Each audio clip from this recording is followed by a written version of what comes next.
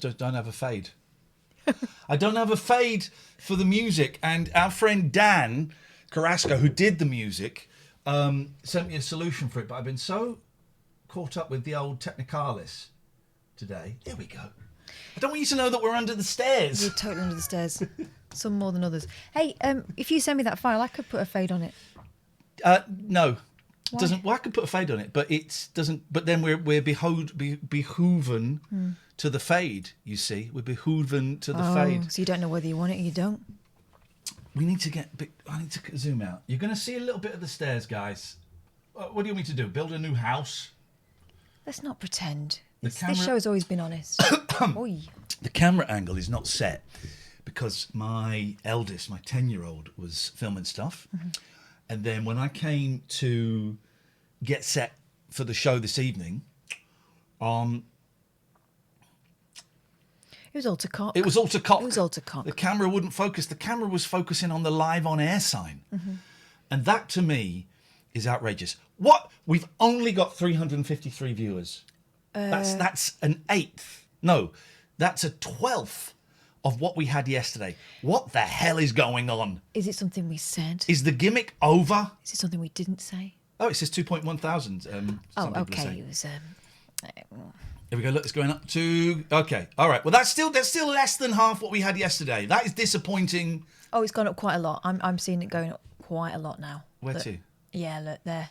No, that's still 2,230. People are slow to People are slow. Wow. There you go, dear listener. pick up on a new time schedule. She's What called I'm you saying. slow. No, just saying you've got lives. Late Night Alternative. Iain Lee. Katherine Boyle. 5 nights a week. It's new to Twitch. It's the only phone-in show on Twitch. Mm-hmm. And we are here 9 until 12 at the earliest. We could go on even later if we chose to. If you wanted us to, and if we wanted to. If we wanted to.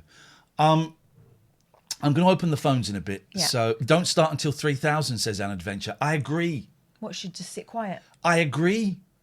I'm very, very tempted to wait for the late people. Oh, look, Kath's got... Let's do this, get the adverts in. Merch. I've done a drawing.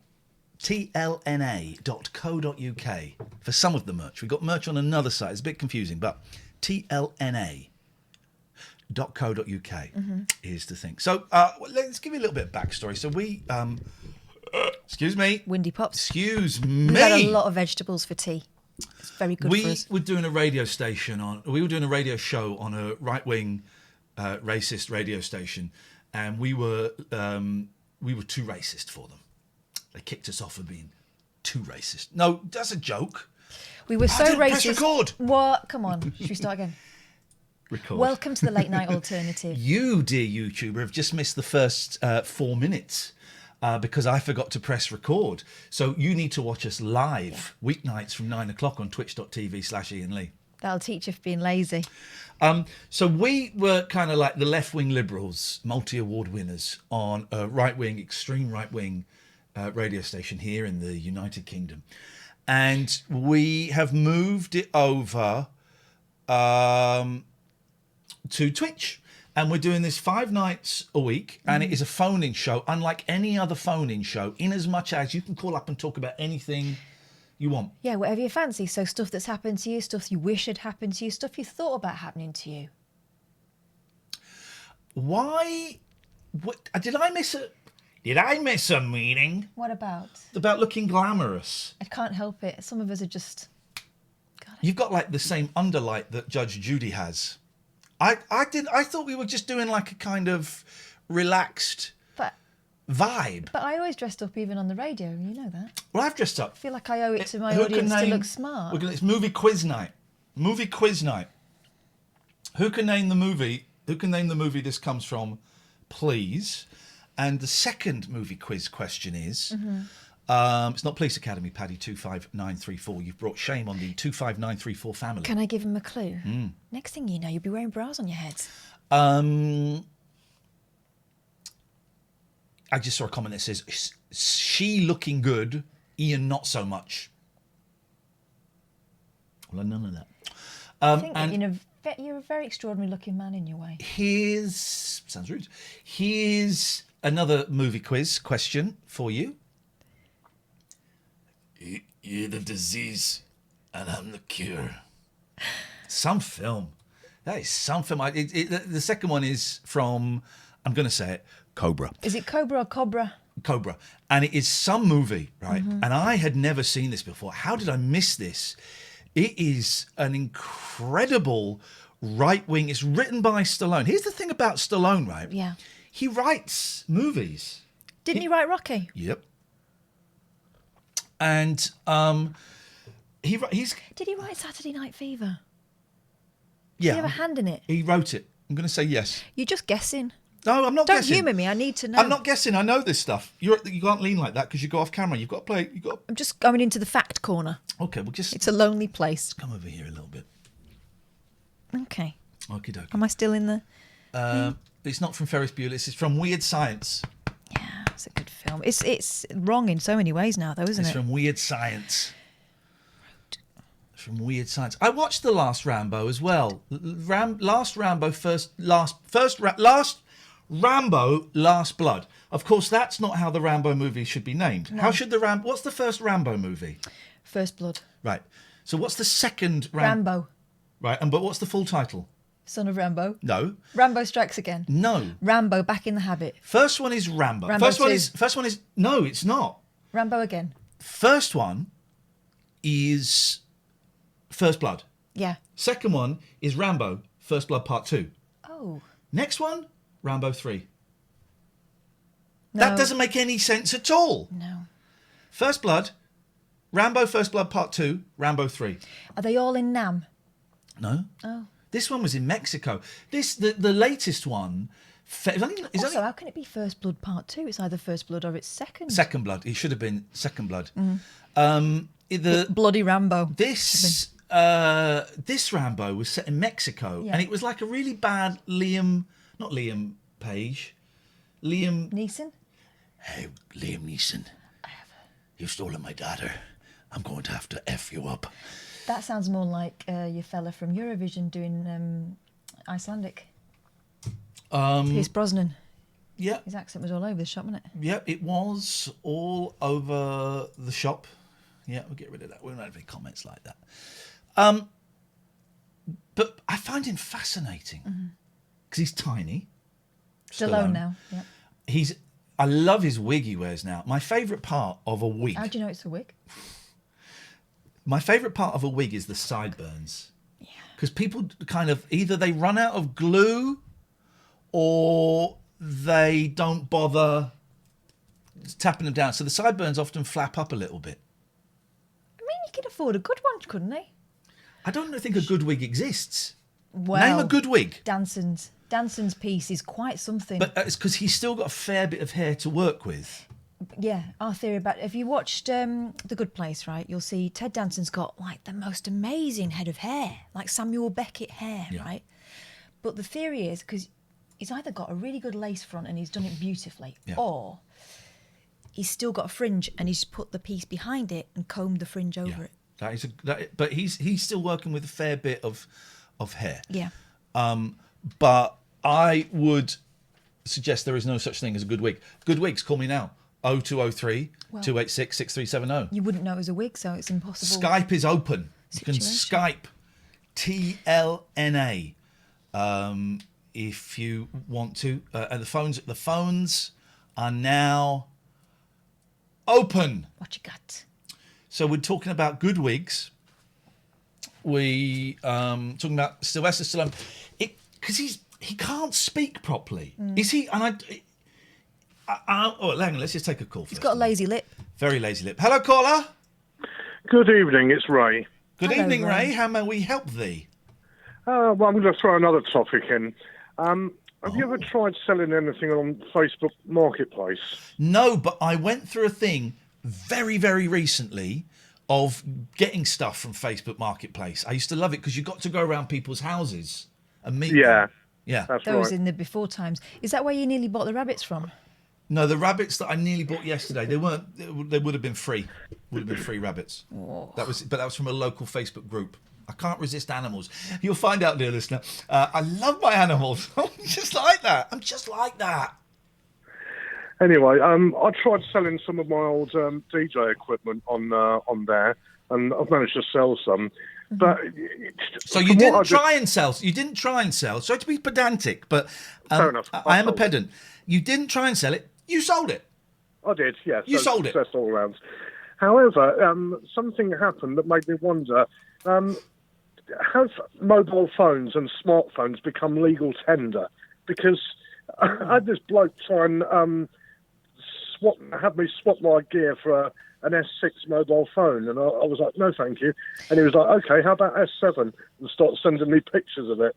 Wow. And I'm thinking, that sounds like an encounter with a dodge pot.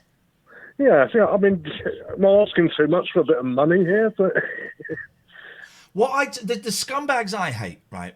And these are real scumbags. Oh, sorry, are the ones that will list like video games free. Yeah. Free. Oh yeah. And you click on it and it says not free. Offers. Some games are £10, some are £20, some are £5. Well, you. Yeah. There was one. There was one a while ago. Free. Yes. Free. All right. So I clicked on it and it wasn't free. It was like 20 quid, or offers, or near offer. Or so I said, how about an offer of nothing? And he didn't get back. I know there's a lot of that. The price section, you're supposed to actually put a price in there, but will I learn? I'll put a price on your head, Ray. That's not a threat to kill you. That's not a threat to kill you. Just like one. That's against the terms of service here on what we like to call Twitch. Hello, caller. Hello. I just wanted to say how amazingly poggers Bob Mortimer is. Goodbye. Okay, thank you. I don't know what poggers means. I think it's one of those keywords for knobs. Does anyone know what poggers means? Does anyone know what that is? Have we just is someone going to die now as a result of that? Is that like you've got to just keep leaning over here because you keep popping out? I'm so sorry. I'm so sorry. Oh, it's that Daft Frog thing. Oh, it's Pepe the Frog. What? I don't. Okay. Yeah. You could. I mean, if you want to say poggers, you're very welcome to. I think you're an idiot, but you're very welcome to. I mean, doesn't mean anything. Doesn't mean anything to me. So yeah, sure, whatever, dude. Go on. Hello, you're on the Late Night Alternative. Who's that?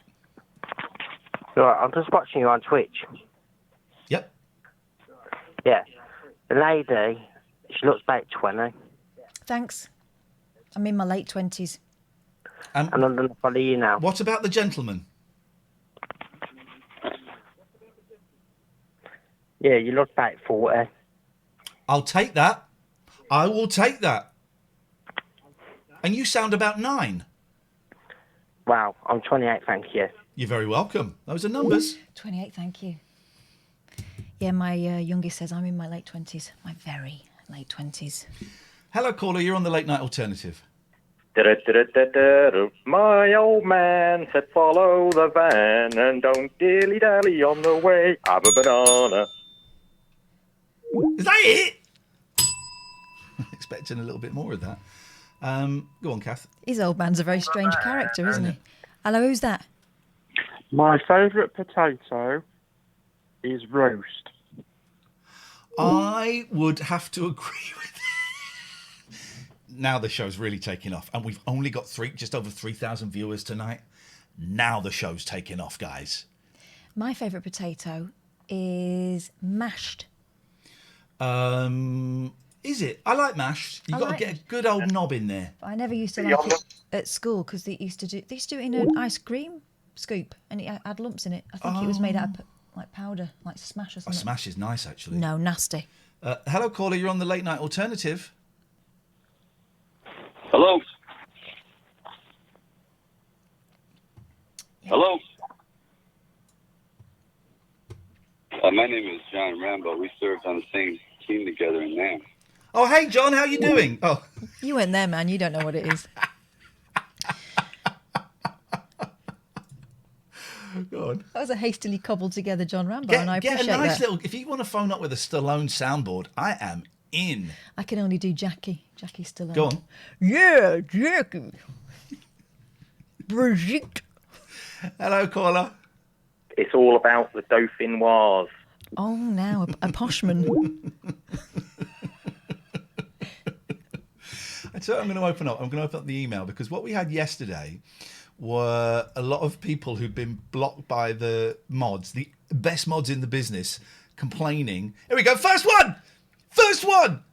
Good evening. Any chance of an unban? Cracking stream last night. My Twitch username is Roach Frags. I promised to be nice. I don't think I was actually banned for anything super serious, but it was some time ago. I think you were a pain in the butt. I think you were disrespectful. Yeah. You were rude. So that is why. But mods, I know I banned him. Let's unban Roach Frags, right? I'm going to do it. We'll keep a very close eye on him. I'm Very. going to put him on my list along with Greg from last night. He's also Unban under my eye. Roach Frags. The guy... But keep an eye on Roach Frags. Any indiscretion, and that guy's gone. Can I have a close-up? Oh, yeah, sure. We will tolerate no nonsense from you. I'm getting a machine so that you can control the close-ups as well. I'm getting really? a panel of buttons, so you press it for the close-up. Oh, you're spoiling me. Yeah, isn't it? Can't From wait. my friends at Alpha Sync. Good old Alpha Sync. Go on. Yeah. Oh, here's another someone on Skype. Hello, who's that? Hello, is that me? Yes? Hello, Iain. Hello, Kath. Hello. What's Hi, your I'm name, Jessica. Sonny? It's Jessica. Oh, Jessica, sorry, it's not the best line. Get her name in. Yeah, I'm getting her name right in there. How you doing, Jessica? I'm very well, thank you. For those who don't know, and why would you, Jessica has been calling me on and off for the last 15 years, and I wish she'd bloody well stop. I'm joking. That was a joke. I was calling Kath. Oh, away you go. Good. Tell me. No, I was obviously calling you both. I will follow you wherever you go, you know that. Again, that sounds a little bit weird. Like a threat, yeah. Oh, well, it was meant in the right way. I like the mushy peas. Well, I like mushy peas, but I also like potatoes. I just caught the start of the conversation about potatoes. Sorry to interrupt, we do have we're doing a new feature, and it's called Question of the Day. Mm-hmm. And I'd just like to introduce it now. Do it. Okay. What's a dumb waiter? Okay, if anyone can help, 0203 286 6370. Jessica. Do you want the correct answer, a joke answer, a nonsense answer? What's a dumb waiter? Just your answer, Jessica. That's all we want. Well, obviously, a dumbwaiter is something that featured in Faulty Towers about 20 years ago. Yay! He was not dumb, he was Spanish. That's old news. Yes, ma'am. Xenophobe. What can I do for you, Jessica, this wonderful evening? Well, I was going to talk about potatoes, which is probably random enough for this show, watching last night. I loved last night. I thought it was Thank a you. huge success. Well done. Thank you, Jessica. The best potatoes I've ever had are the ones that I ate today that I grew in my own allotment. I know that makes me sound 106, No. but actually this lockdown and this working from home, which basically means you can just take your phone down to your allotment and pretend you're working, means that I've managed to grow some incredible vegetables, and my potatoes were amazing. Ooh, my favourite flavour, smug potatoes. Seriously, Catherine. I mean, just literally from plot to plate. I know it sounds a cliche, but it is a cliche. But cliches are kind of cliches because they're true. It was plot to plate. From I dug them up at 3 o'clock, we ate them at 6.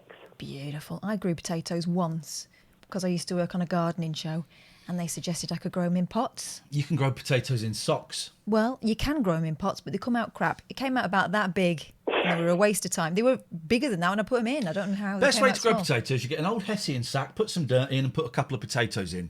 Bishy, bashy, Yeah, I boshy. mean- 4 months. I'm not finished. Thanks, teacher. I'm doing the Sorry. ingredient. I'm not finished, girls. I'm doing the ingredients for potatoes. 4 months later, you've got potatoes. Or go to the shop and get them that day. Well, that's the thing, Kath, because part of me thought all the love and labour that I put into growing these 8 potatoes that we had. I mean, I killed slugs and I know you've just gone vegan, even Ian. Oh, But I was never eating slugs though. So I not that killed bothered about them. slugs. I had to get rid of lots of weeds around them. They were amazing, but part of me thought I could have bought all these at Lidl for 55p. But they were amazing. A little bit of fresh mint, a little bit of butter, a little bit of sea bass. Hang on a second.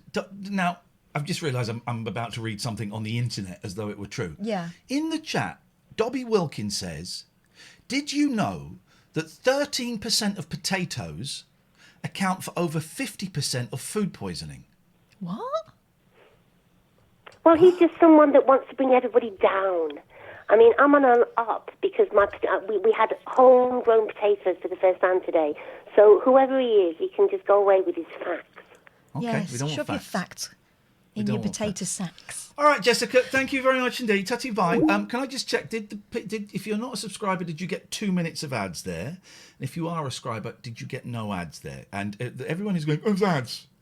5 ads in a row. Yeah, but it was 2 minutes, Defying Reality. I tell you why let me tell you why we're playing the ads. Come here. I want to have a little chat with you. Because I've got kids to feed and I've got a mortgage to pay. So we contractually have to play 6 minutes of ads back to back. 6 minutes of 6 minutes of ads per hour. That's it. And we'll do a couple of live reads in a bit. Subscribe, but no ads. Ads came on. I had no problem, says Feisty Whale. Well done. Thank you, Feisty Whale. Well done. If you want to get rid of the ads, you can subscribe, okay? And I would urge everyone to do that. You can either link your Amazon Prime with your Twitch and subscribe for free, or if you want to spend a £5, or I think it's 10 quid, I think tier 3 is 25 quid, you subscribe, you won't get the ads. We're trying to find a way of doing something special with the ad blocker doesn't work, guys, so unlucky. We're trying to find a way of doing something special with the tier 3 subscribers. We want to do... Will you explain what we want to do every month? So, in like a professional outfit, when you do a show, you might meet and do a production meeting and decide what worked, what didn't work, what you might want to try in future, what was worth developing, what's worth progressing and stuff like that. Well, we would invite you to join us for that. It'd be like, what, an hour, half an hour? It'd be half an hour. Yeah. And we do it on Zoom, and we probably record it and maybe upload it to YouTube at some point. But it would be only for tier 3 subs. But I don't quite know how we invite the tier 3 subs. Another potato fact: there are more potatoes in the UK in Leicester, London, and Keighley than any other cities in the UK. Who is this potato fanatic? I have no idea what's going on. 0203 286 6370 is the telephone number. If you want to give us a call, you'd be very welcome. You may have heard a little ping there. That is me getting directions of where I'm taking my kids tomorrow. Oh. So I'm doing the vegan thing for a month, right? Not necessarily for ethical reasons, although I was vegetarian for 26 years, so there's certainly an element of it. And he does love his animals. I do love my animals. But I need to turn off WhatsApp on my computer because I'm getting. Let me turn this off because we're getting pings and pongs. There we go. Talk to you about that in a minute. Okay? Hello, you're on the Late Night Alternative. Who's that? Hello? Yeah. This Harry. You alright? They hung up. They just wanted to know if we were all right. We're fine, yeah. There's a real thing. The shows like this, people don't believe it's real. Mm-hmm. They don't believe it's real, so they phone up thinking, well, it's not real. Oh, God, suddenly I'm online and I'm talking. But I used to do that when I was a kid. So, like, going live or whatever, they'd put the phone number on and I'd just have a little go now. I never got through to that. Hi. Oh. Yes? Hi. Hello. Are you all right? I hope you just got back from a run. Otherwise, I'm feeling uncomfortable. Yeah, sorry. I didn't know what I was on. I must be on some type of delay or something. But I think so, sir. I don't want to waste your time with But I just have one problem. Here we go. No, honestly, seriously, right? I've said very little in your chat on Twitch. Right? Very little, minimal. And I came in last week, and I put one emote in your chat, and I was instantly banned within seconds. Seconds. What on earth could you have done to be so reviled with one emote? One. Check me chat history. Honestly, I'm not lying. What was the emote? It wasn't that cheeky little froggy, was it? Yeah. Oh, well, There. I don't like the frog. All right. But why would you post it? Because you know the connotations of that frog, right? What is it? What's the connotation? No, come on. You're not. You sound like a really bright bloke. You sound like a very clever man. You know what the frog means. What does it mean? I'm not playing that game. You know what the frog means. Honestly, please, I'm not trying to be funny. Honestly, I'm not. No, you're not being funny. Right. So why don't you Google it and then think about what Why you're doing? did you post the frog? Well, because I've subscribed to this other channel, right? And I really like their emotes. Here we go. Right? Okay, well, there you go. Well, enjoy those. The ban remains. Sometimes one emote is all that's necessary. I can't believe we're 2 shows in and the whole already, it's just people phoning up begging to be unbanned. Hello, caller. You're on the Late Night Alternative with Iain and Katherine. Hello, Ian, mate. I'm a fan of yours from the past. I see you on Twitch now. Well done, mate. That's the future. Just a little word of warning, though. The chat is full of degenerates, and they say things like... Oh. Hello. Oh, we got an actual human being. Did you see him perk up when he realised that we could see him? Everyone does that. There you go. Look. Let's. Hello. Hello, Neil. It says Neil. How are you? Oh, does it? All right. Okay. I didn't realise it said that. Are you okay with being Neil? We can No, change that's it. fine. It's not private. There he is. Look. I'm That still lovely struggling with face. getting the shapes. There we go. Hey, Neil. What are you doing? Now, I was going to say that it's a nice shirt, but actually the buttons are the kind of buttons you would get on a Do-It-All or a B-Jams overall. Is it an overall? Yeah, it's a boiler suit. Hey, boiler suit. That was the word. Mate. I love a boiler suit. Is that for work or is that just for comfort? No, it's just for comfort. I love it, man. I love it. Yeah. Actually, I can't. I can't claim it as an original idea. I have stolen it from the lead singer of the Scottish band Travis, Fran Healy. I like Travis, right? So do I. Well, they're actually my favourite band. Good. And I can see a little hesitation there. Don't. Yeah. They're a great band. And they must have been so... Because I remember Travis were huge. Yeah. And then Coldplay came along with Yellow, which was really similar to Travis. Oh, God, yeah, but it sounds like it's being sung by Alan Partridge. Who's that, Coldplay? Yeah. Oh, no, I know, exactly. but suddenly, Coldplay then became huge, and Travis, who were just getting big, kind of disappeared. Okay, Why Does It Always Rain on Me is played all the flipping time. Yeah, but it's a good song. It's a good song. Sing is great. Neil, have you heard the Glenn Campbell version of Sing? Yeah, I have. I think I heard it years ago, and you mentioned it. I think you mentioned it a few weeks ago or something, and I looked it up. Yes, I have. Yeah, it's not bad. There was I used to, when I was on XFM, Travis were on the Ascendancy, and there was a song, and there's 2 versions of it, and I've never been able to find the second version, which I think was a B-side. The album version was not as lush. More than, what is that? More than us. Yes, I've played it to you and you hated it. That's I didn't hate it. Yes, you did. No, I didn't hate it. She took a poo on my record. That's a good song.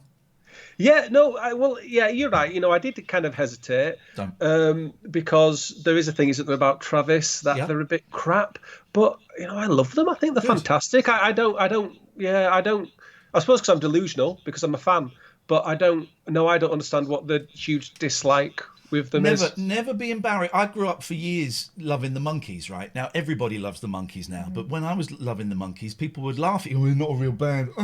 Who cares? I went through the 80s loving a band that no one else liked. You got to stick with it. Don't be embarrassed of your band. Here's the other thing. You get to an age where you don't give a toss whether someone takes a mickey out What's your your language, T-shirt mate? or What's your what band you like. I'm fed up. I played that game at school and ended up pretending to like things I didn't like. No. I tried Nirvana, for God's sake. I just couldn't work it out. It just was not for me at all. I was a Crowded House girl. Now I'm happy to say that. When you say Crowded House, did you have like loads of brothers and sisters? Neil, how may we be of service to you? Well, actually, I was ringing up about Rambo. Have you have you got a framed copy of Godspell behind you? What is going? What's it? And is that a stuffed fox? Yes, a snarling fox. Yes. What is going on with you? You are a Renaissance. Yeah, sorry. So yeah, that's a framed copy of the Godspell album. Gosh. And just over here, I've got a framed copy of Jesus Christ Superstar as well. Okay. I'm more of a hair guy, but let's. Yeah, I don't know hair that well. Oh, it's all right. It's all right. Hair made me cry. Oh, the musical, not. Yeah, it's beautiful. It's a beautiful story, sad story. Kids going to fight in a Vietnamese war. And all anyone knows about is the nudity, but actually there's so much more to it. But there is nudity in it. There is. Wing wangs and doodads. Neil, please, you've taken us down to the genital level. Let's go up to at least the nipple. So Rambo. So you're talking about the first 3 movies. I'm really sorry, Neil. Go on. This is Roach Frags, who I just unbanned in the chat. This could be make or break. Can you ask Neil if that's the Akira collection of books behind him? Yeah, it is. It is. Yeah, sorry, this is really weird. Everybody just kind of looking at what I've got. Yes, that is the Akira collection of books. This is what it is to be a politician on the news at the moment. Everyone just looking behind you at your bookshelf, trying to work out. What a guy. Yeah. Finally, Rambo. I'm maybe keeping quiet. sometime I'll take you on a tour of the room if you wish. I'd love that, brother. Yes, please. So, do you know what the 4th Rambo film was called? Well, hang on. Are we talking about the 4th First Blood film, or? So the first one you were writing what you said, weren't you? The first one was Rambo. Sorry, was First Blood. Second one was First Blood Part 2, Rambo. First Blood Part 2. Third one, I think, was that Rambo 3? I think just Rambo 3 on the rocks. But the 4th one was just called Rambo. Sorry, my cat is crying to come in. What, Patty? Come in, my darling. I'm in here. Come on, because I'm a bit busy, love. I'm a little bit busy, love. How does he get away with it, Neil? He totally flouts the rule of the sequel. Well, I think in America it was called John Rambo. In England, they just went for Rambo. But then obviously he did it with Rocky as well, because the 6th Rocky film is called Rocky Balboa. But then, isn't that now? Where do the Apollo Creed movies? Are they part of? Are they canon? Yeah, that's 7 and 8. So that is Rocky. Rocky 7 and Rocky 8. So they are Rocky canon. Yeah, because Rocky trains Creed. Adonis, is it Adonis Creed? I think I have Apollo Creed. Oh no, his son. Yeah, his son. I think his son is called Adonis. I think. Oh, Kath just there she is. Kath just tried to be relevant and join in the conversation and totally balls it up. What I was doing there is feigning interest. Yeah.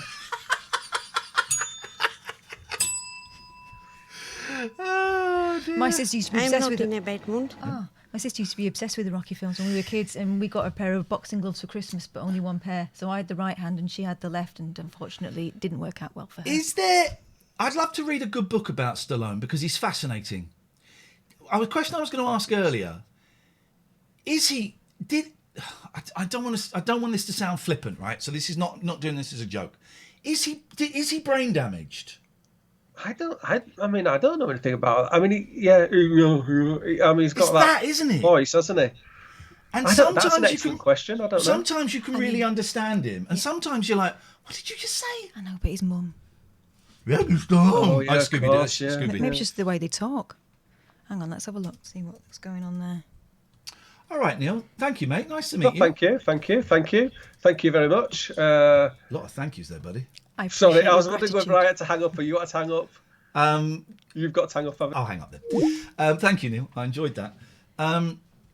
He's fascinating. Birth problems. Oh, go on. There we go. Forceps delivery. So, person who said that was an offensive question, kiss it. It was actually a pertinent question. Thank you. Forceps delivery damaged some nerves in his face. Okay, but then why does his mum speak funny? Probably the same thing. Okay. I mean, those forceps. The forceps went right up. So the forceps squeezed, so it's a nerve in his face. Mm-hmm. He's very good looking. In Cobra, you got to remember he's tiny. He's like 5'2", right? But he's got amazing eyes. He's stunning, actually.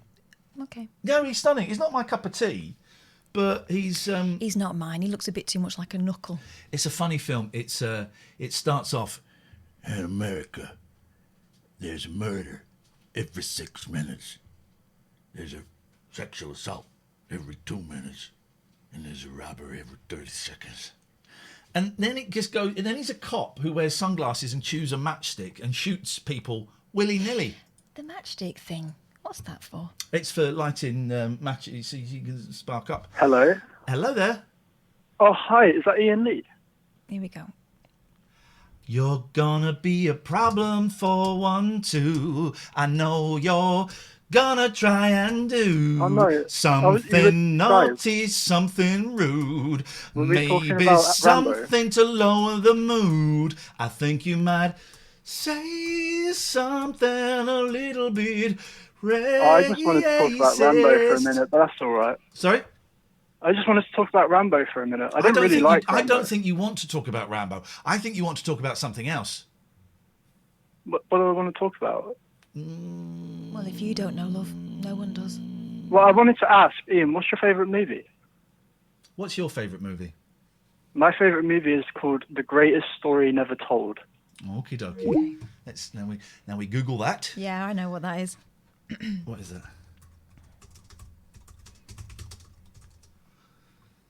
Oh!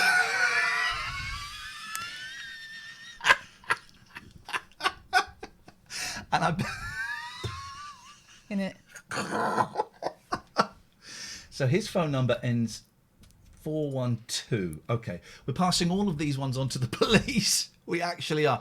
It's a 6.5 hour documentary about Adolf Hitler. Because some people don't half love to bang on about It's it. a 6.5 hour.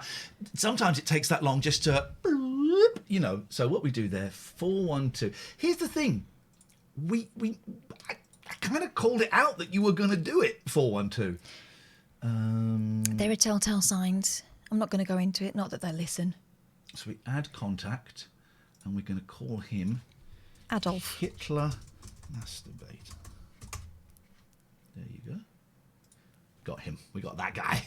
We got that guy's card. His mum is going to be furious. She's lost her phone to him again.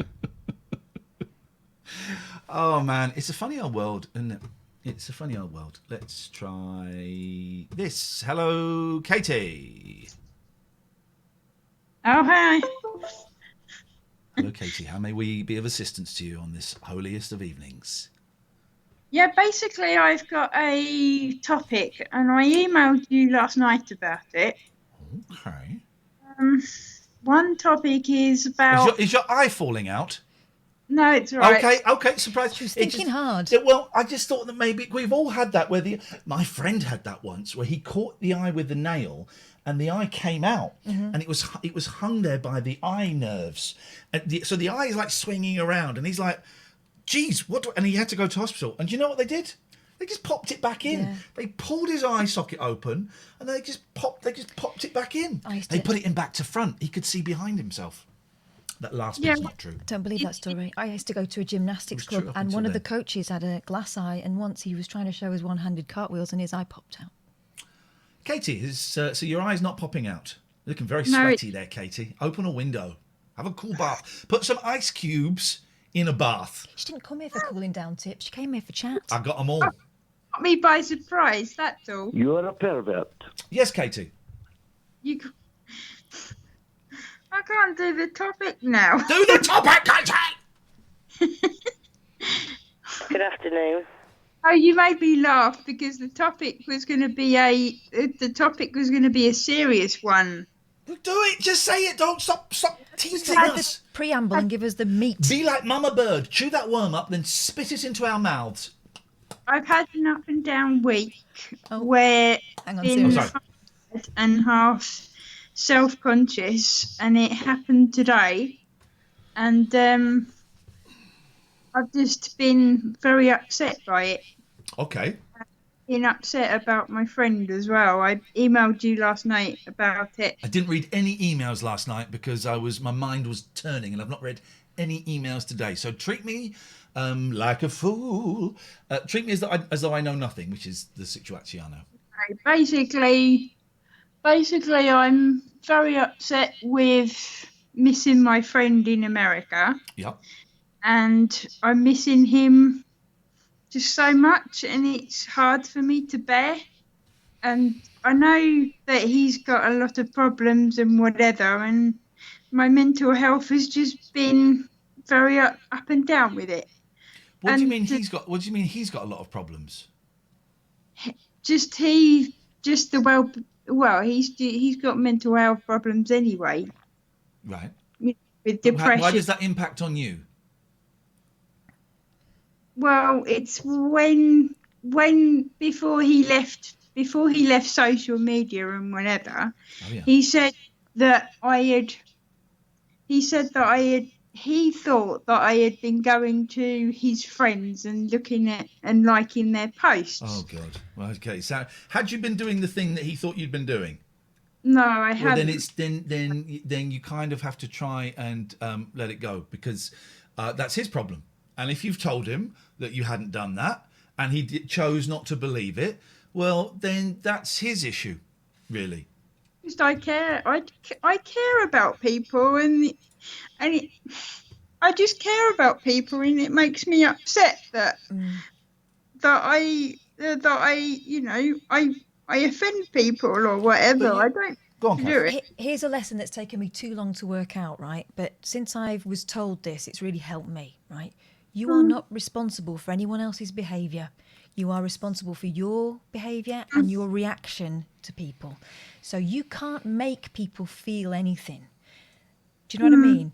And also, I would resist taking the blame. It feels like if you say that your friend is not very well at the moment, he's kicking out, and people often kick out at the person who's closest or nicest to them, and it's just unfortunate. What you need to do, and if you're going to help him in the long term, which is the aim, isn't it? What you need to do is look after yourself. Yeah. That's the best thing you can do. And so, do you know what? Let him do his thing. Leave the door open if that's what you feel is okay for you. And that's another thing. You've got to have your boundaries respected as well. If he's hurting you all the time, maybe it's better that you do leave it for a bit. Yeah, well, this lockdown hasn't helped me anyway, because I've been very self-conscious about myself. Yeah. I mean, take today, for instance. It's like when going down to my father's, he decided to embarrass me in front of a family friend and tell me I had something on my face and start taking it off my face, and it just made me very upset. I stood up for myself. But was he doing it to be mean? And the reason I asked this, I got my boys here today, and we went out to play a bit of football. And it was rush goalie. They call it English goalie, which is where if someone scores, the goalie comes out. Anyway, and it's just the three of us. And it was me and my 8-year-old, and the 10-year-old was in goal, and the 8-year-old was close to scoring. And I said, "Oh, right, stop, no, come back here. Just want a quick word with you." And so he did, and then he tried to take a shot and he missed, and he got very upset. He was very tired. He got very upset and said, "I would have scored if you hadn't done that. Why are you being so mean to me?" Right. And I said, "I'm so sorry, my darling. It was a joke. I thought you would have laughed at that before. I've really misjudged it. I'm really sorry." So maybe what your dad was doing was just a misjudged joke. Dads do make misjudged jokes quite a lot, it would seem today. Yeah, he can be very unkind when he doesn't mean it. I also think that sometimes, I mean, certainly in my case, dads sometimes forget that you're grown up. So I'm in my 40s, and sometimes the way my dad speaks to me is as if I'm 14. But that's him trying in his clumsy way to show that he cares and he's trying to look after me. Yeah, I'm a 44-year-old woman that lives on her own and can do stuff for herself. Well, it's just exactly, but you'll always be his baby. And he doesn't really understand sometimes. Yeah. Yeah, I'm having you two back on Twitch, by the way. I've been watching and I've been staying in the chat. Katie, your support is always appreciated. You're a good person. Hang in there. Thank you. We have more emails from people. I must remember to do that before I cut people off. That want to be let back into the... Stuart says, please unblock me. I'm a long-time listener. I've never, to my knowledge, I think I have ever put a message in the chat, so I'm not sure why I am. Please, can you unblock me? My Twitch name is Spallet87. I'm a very nice man. Do you know what? I'm feeling magnanimous. There's always a reason, right? And you wouldn't have been blocked without typing anything. It's not... It's possible, but it's really, really difficult. But I'm going to unblock you. So Roach Frog and Spallet, guys, can we keep an eye on them? Can we keep an eye on them? Oh, speaking keeping an eye on. Yeah. We should talk about these guys. We should talk about these guys who are sponsoring the show. Thank you for sponsoring the show. If you want to send an email to that's on the screen now, Richard Gregorian, Emerson Family Law Solicitors. Richard, you sent me an email today with a little update that you wanted. I lost that email. I'm so sorry.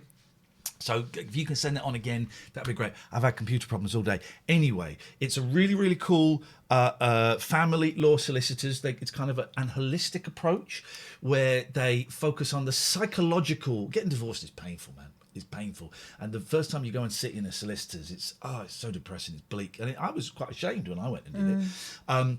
But they kind of, the Gregorian Emerson Family Law Solicitors will operate on an holistic way where they look at the psychological things that go on, and they won't lead you into battle. No, they don't stir it. You know, like sometimes you'll watch a film and the couple are kind of not getting on, they don't want to carry on with the marriage, but the lawyers make it 10 times worse. That is not what they do at Gregorian. What they're trying to do is to look at you and see what is best for you, what is best for your family, and work something out that is, you know, as pain-free as possible. A unique joint legal and psychological approach to family law. The website's there, gelaw.co.uk. And also a big hello to Somers Waste Solutions. I said they should... we were calling it Somers Waste Solutions, and they sent us a really polite email saying, thanks so much last night. Could you pronounce the name of the company properly? And I considered it, and we agreed, Catherine. We thought it was the right thing to do. Probably polite. So it's Somers. Probably the best mannered thing we could do. Somers Waste Solutions. They've got national coverage, and they can manage the waste from organisations across the UK. And that could be like, you know, massive chain of hotels, or it can be like a tiny little, you know, corner shop, or your local mini cab firm. They'll tailor it for you, and it's all waste in one place. They can deal with hazardous stuff. They can deal with confidential waste. They can help companies achieve their environmental goals. And you need to a skip hire. Improve your company's environmental credentials, right? Which is very important in this day and age. And we talked about confidential waste. Yeah. Have they told you what that is yet? No. They won't. But they can confidentially shred this waste either on site or off site. Not enough? There's Bob the cat looking at a wall. That's right. If you don't go with them, then Bob does not get fed. Bob doesn't actually live there. He just kind of wandered in one day. It's outrageous behaviour. And it's classic Bob. The phone number is here. Okay. And the website is just here. Out. It's all up there, somerswastesolutions.com. Go and have a look. If you use any of these companies, or you contact them, or you inquire about them, please mention this show so that we can show them that you've got waste too. And if you want to come and sponsor us and we're going to do a read every single hour, and the read will get in the podcast. The email that's on the screen, send us a little email, and we will chat, and it will be great. And we would never do more than 4. We'd never have more of 4 of these running at a time. Okay, so that's why. Once upon a time, I had a bathroom that was really old, and it leaked. So we decided that finally we're going to have to get it sorted out. We wanted to do it for ages. Sorry, my bra straps don't go and walk about. We knew it had to be done at some point, but you know, we had kids and everything, and you know, things get pushed back in the schedule of works to be done. Anyway, so the leak meant that we had to sort something out pretty quick. So we got this guy in, and we got 3, and we took the cheapest one. Not my decision. Why would you take the cheapest one? We know that we always take the middle one. Well, we always take the middle one. We really know that now. Well, this guy said, "Oh, I'm just starting out on my own. I could really do with this. I could sort this out. I could start next week. You'd be finished by the week after. Absolutely no problem at all with that. And I've got some great ideas." So we hired him, and he came in for the first week. I think he came in 3 days. Then we saw him maybe half a morning. It was terrible. And By the way, we're not together. Some of you may not know. We're not together. She's talking about her house, but I got the story relayed to me at the time. We've only got one bathroom, right? We've got a little toilet downstairs, so we could go to the loo, but we couldn't wash or anything. We had to go to my mum's, who lives around the corner. Anyway, so it's a nightmare. And it went on and on and on and on and on. And then finally he was done. He couldn't have been out fast enough. We realised, obviously, he had at least one other job going at the same time. Cheeky boy. So, and we were glad to see the back of him by the end. Very pleasant, very apologetic all the time, quite charming, but it was a nightmare, and it was way longer than a week and a half. So anyway, we paid him, he went. And then about 3 weeks into lockdown, we were doing some cleaning in my kids' bedroom. They share a bedroom, bunk beds and everything. By the way, Pete, great modding there. Some of the speediest modding I've ever seen in my life. Well done, buddy. There was loads of mould up the back of the dresser because the shower had been leaking.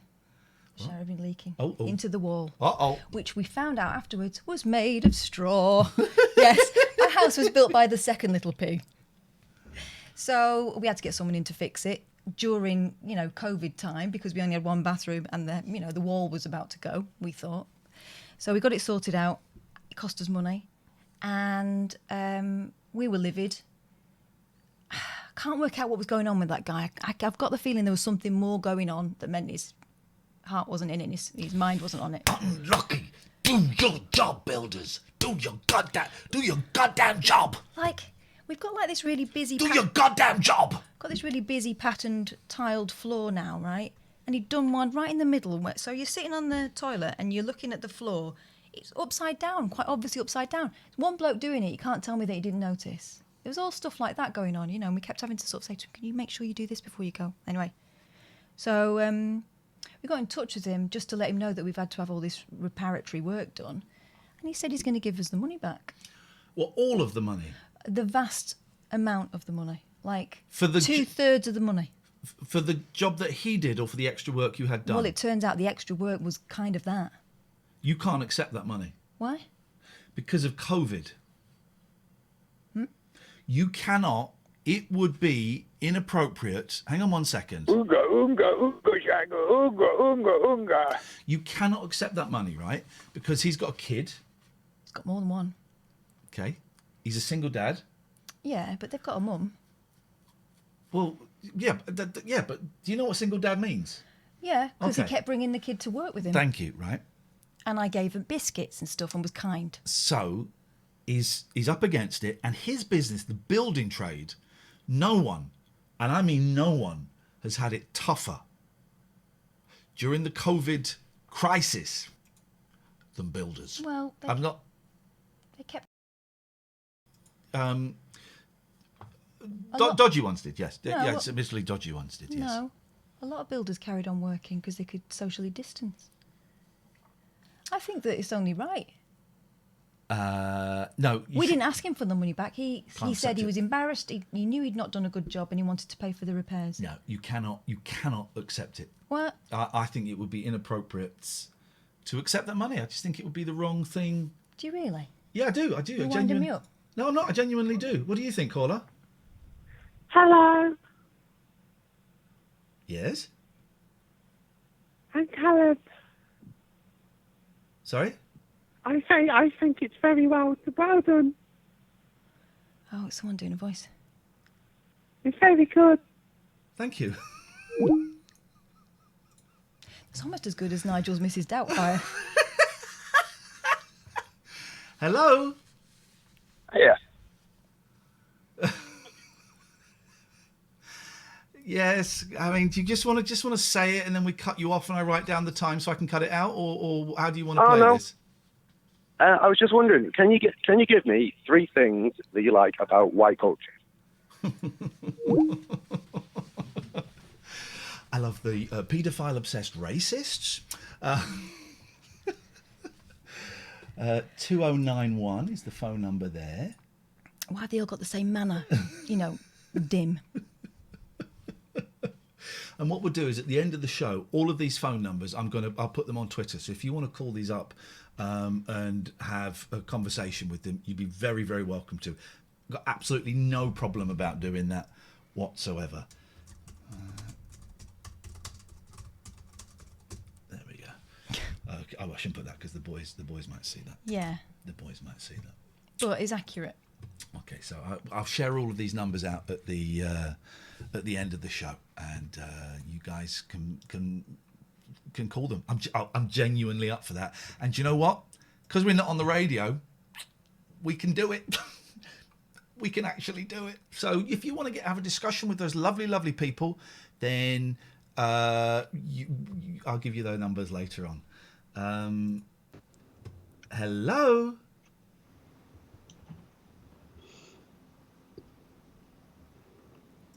Hello? Hello? Hello? Hello? Yeah, hello. Can you guys hear me? Yeah.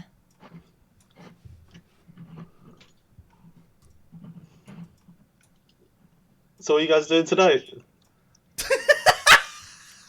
Why can't I get your face in this picture? I can only get that. There we go. We're doing this show, mate. What are you doing tonight? Look at the state of your bed! The state of your bed. When did you last change those sheets? Like a week ago? You dirty boy. No, you haven't. A week. You have never changed your sheets in your life, you dirty boy. I joined this school and I started getting abuse. For having a dirty bed, dirty boy. Why are you looking over there? Why are you looking over there? Why are you bouncing up and down? What's going on? I'm looking at the screen where I can see you guys, and then the camera's over here. Well, you've set your camera up wrong then. You set your camera up wrong. What do you mean? And your microphone. What are you doing? Why is it not long enough on the camera, mate? What can we do for you, son?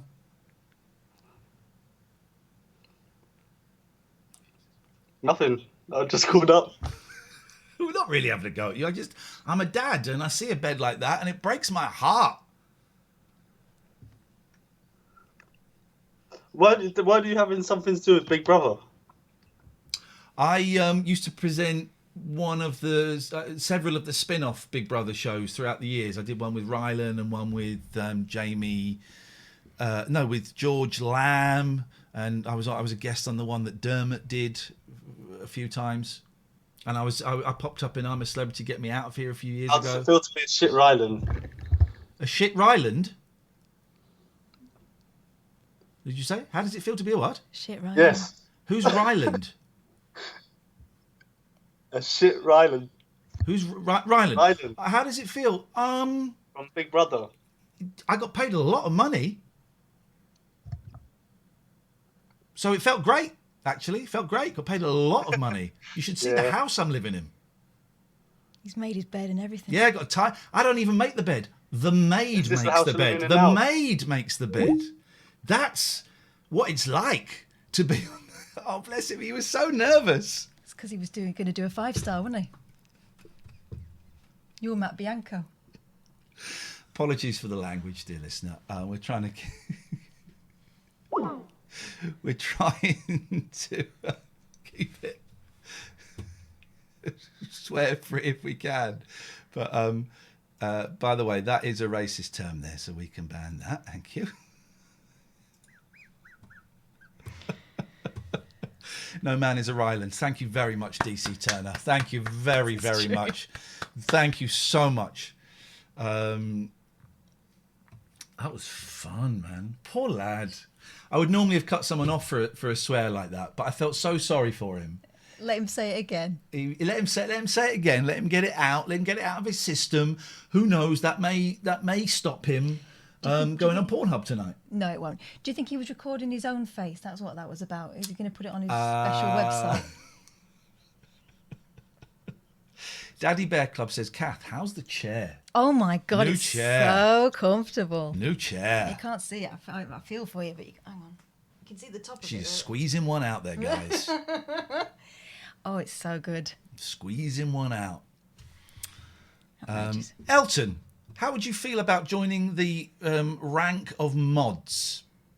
You don't have to. You don't have to be here all the time. You don't have to be here every show. But if you would enjoy joining the rank of mods, you'd be very welcome. Absolutely no pressure. Absolutely no pressure. I see you, Greg. This is infamous Greg from yesterday. He's sucking up. I like your style. He says this show's become a must-watch after 2 days. There we go. Thank you, It's more Greg. like it, Greg. Well done. And Mandy, how would you feel about joining the rank of mods? Elton's in. I like Elton. He does some really good podcasts. Come on, at some point, Elton, when you feel up for it, and give you a pod. I'm so windy. I'm so sorry. A plug. Mandy, would you like to join... Skinny Jean Gardner's here as well. Would you like to join the rank of mods on the fastest growing channel on Twitch? She'll say yes. She's power obsessed. She's power obsessed. No, come on. It's the kid from Stranger Things. Okay. This isn't the kid from Stranger Things, No, is that's it? what happens when the kid grew up. Hey, Alistair. Hey, guys. I see you again on my television screen. But we don't see you, sir. Is it because you're naked? Well, I tried to call on the Skype, but it was busy. So I just thought I'd call in. A number of points I need to make tonight, please. Oh, gosh. First of all... Let me just get my pad. By the way, Mike's123 says, polite suggestion, maybe run the show 9:30 till 12:30. 9 is a bit early. Suggestion acknowledged and ignored. But thank you. Why don't we just wait until you're ready and we'll start? 48 hours after each show finishes, we're going to... well, you can still come back and watch the show here on Twitch. And 48 hours later, you can also watch it on YouTube. And also 48 hours later, there'll be a best of podcast as well that we'll put out. Yes, Alistair. Alistair's got a series of points. So let's crack on. Go. So, you started the show by saying how glamorous Katherine looked, okay? Yes. Now, probably Kathleen... 9:43 is good for Richard Alsop. If that look a bit more... Sorry. No, sorry, I was being flippant. 9:12 for me. Katherine does look a bit more glamorous than Iain tonight, Iain. However, that's not important. The important thing is beauty is from the inside. Yeah. I've got a nice bum hole. Is that what you're saying? Oh, no, we heard about that yesterday. Listen. It's a survivor. You both have beautiful eyes. Oh. Yeah, it's true.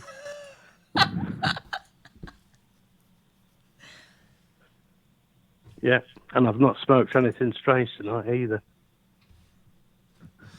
Was that your point? That's one observation. That's point one. Let me just write that down in my book. 1, eyes. Can we get back the knickers, guy? Hang on, you haven't heard point 2 yet. Okay, so the second point is I just need to make... It's another observation. Yeah, make an Oh, hello, Alistair. I've not done that. I've not done that. It's keeping me in suspense. I've not done that. Hello, can you hear me? Sorry. What did you do then? Did you just put us on hold? I accidentally called somebody else, so I apologise. Anyway, very quickly, the new computer I bought, the webcam was pants, Iain, right? Right. So you were filming yourself in your pants. I had to purchase an extra piece of kit, an external webcam, and I was hoping to show you that tonight, how lovely it was. But it doesn't work. Then you did. No, it's beautiful. It's right, well, hang up and phone us. Come back. Hang up and phone us. We'll take it. Flipping heck, man. Put it next to your computer. Don't be like that idiot before. Flipping heck. My God. Get your acts together. What is wrong with you people? We're doing our best, and you're not. You're not doing your best. No. You're doing your worst. You're doing your worst. Do better. Do much better. Please. Hello, caller. Hello. Goodbye. It's like, you know, if you ever watched a gymnast stand at the end of the mats, and they start there, they take a deep breath, and then they start to run towards the springboard. That's what they do. Yeah. I cut a guy off there, and I didn't mean to. Yeah, very well, man. How you doing? Unfortunately, people can't hear you or see it, so they don't know what you're talking about. That's a shame, isn't it, Callan? People can't. It's not being streamed, and people can't hear your call. That's a real shame, mate. Shouting into the void. That's a real shame, buddy. Also, your flies are down. Yeah. I don't think that's a coincidence. You carry on. You carry on wiping your penis over that, and we'll speak again, mate. Take care.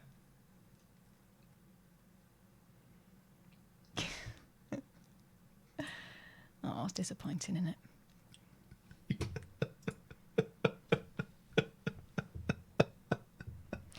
Every one of these, though, the rooms are a tip. What is it with these white supremacists? Why can't they tidy their rooms? That shows a lack of self-respect. What is their problem? They're obsessed with pedophiles and dirty rooms. I'm glad to be a...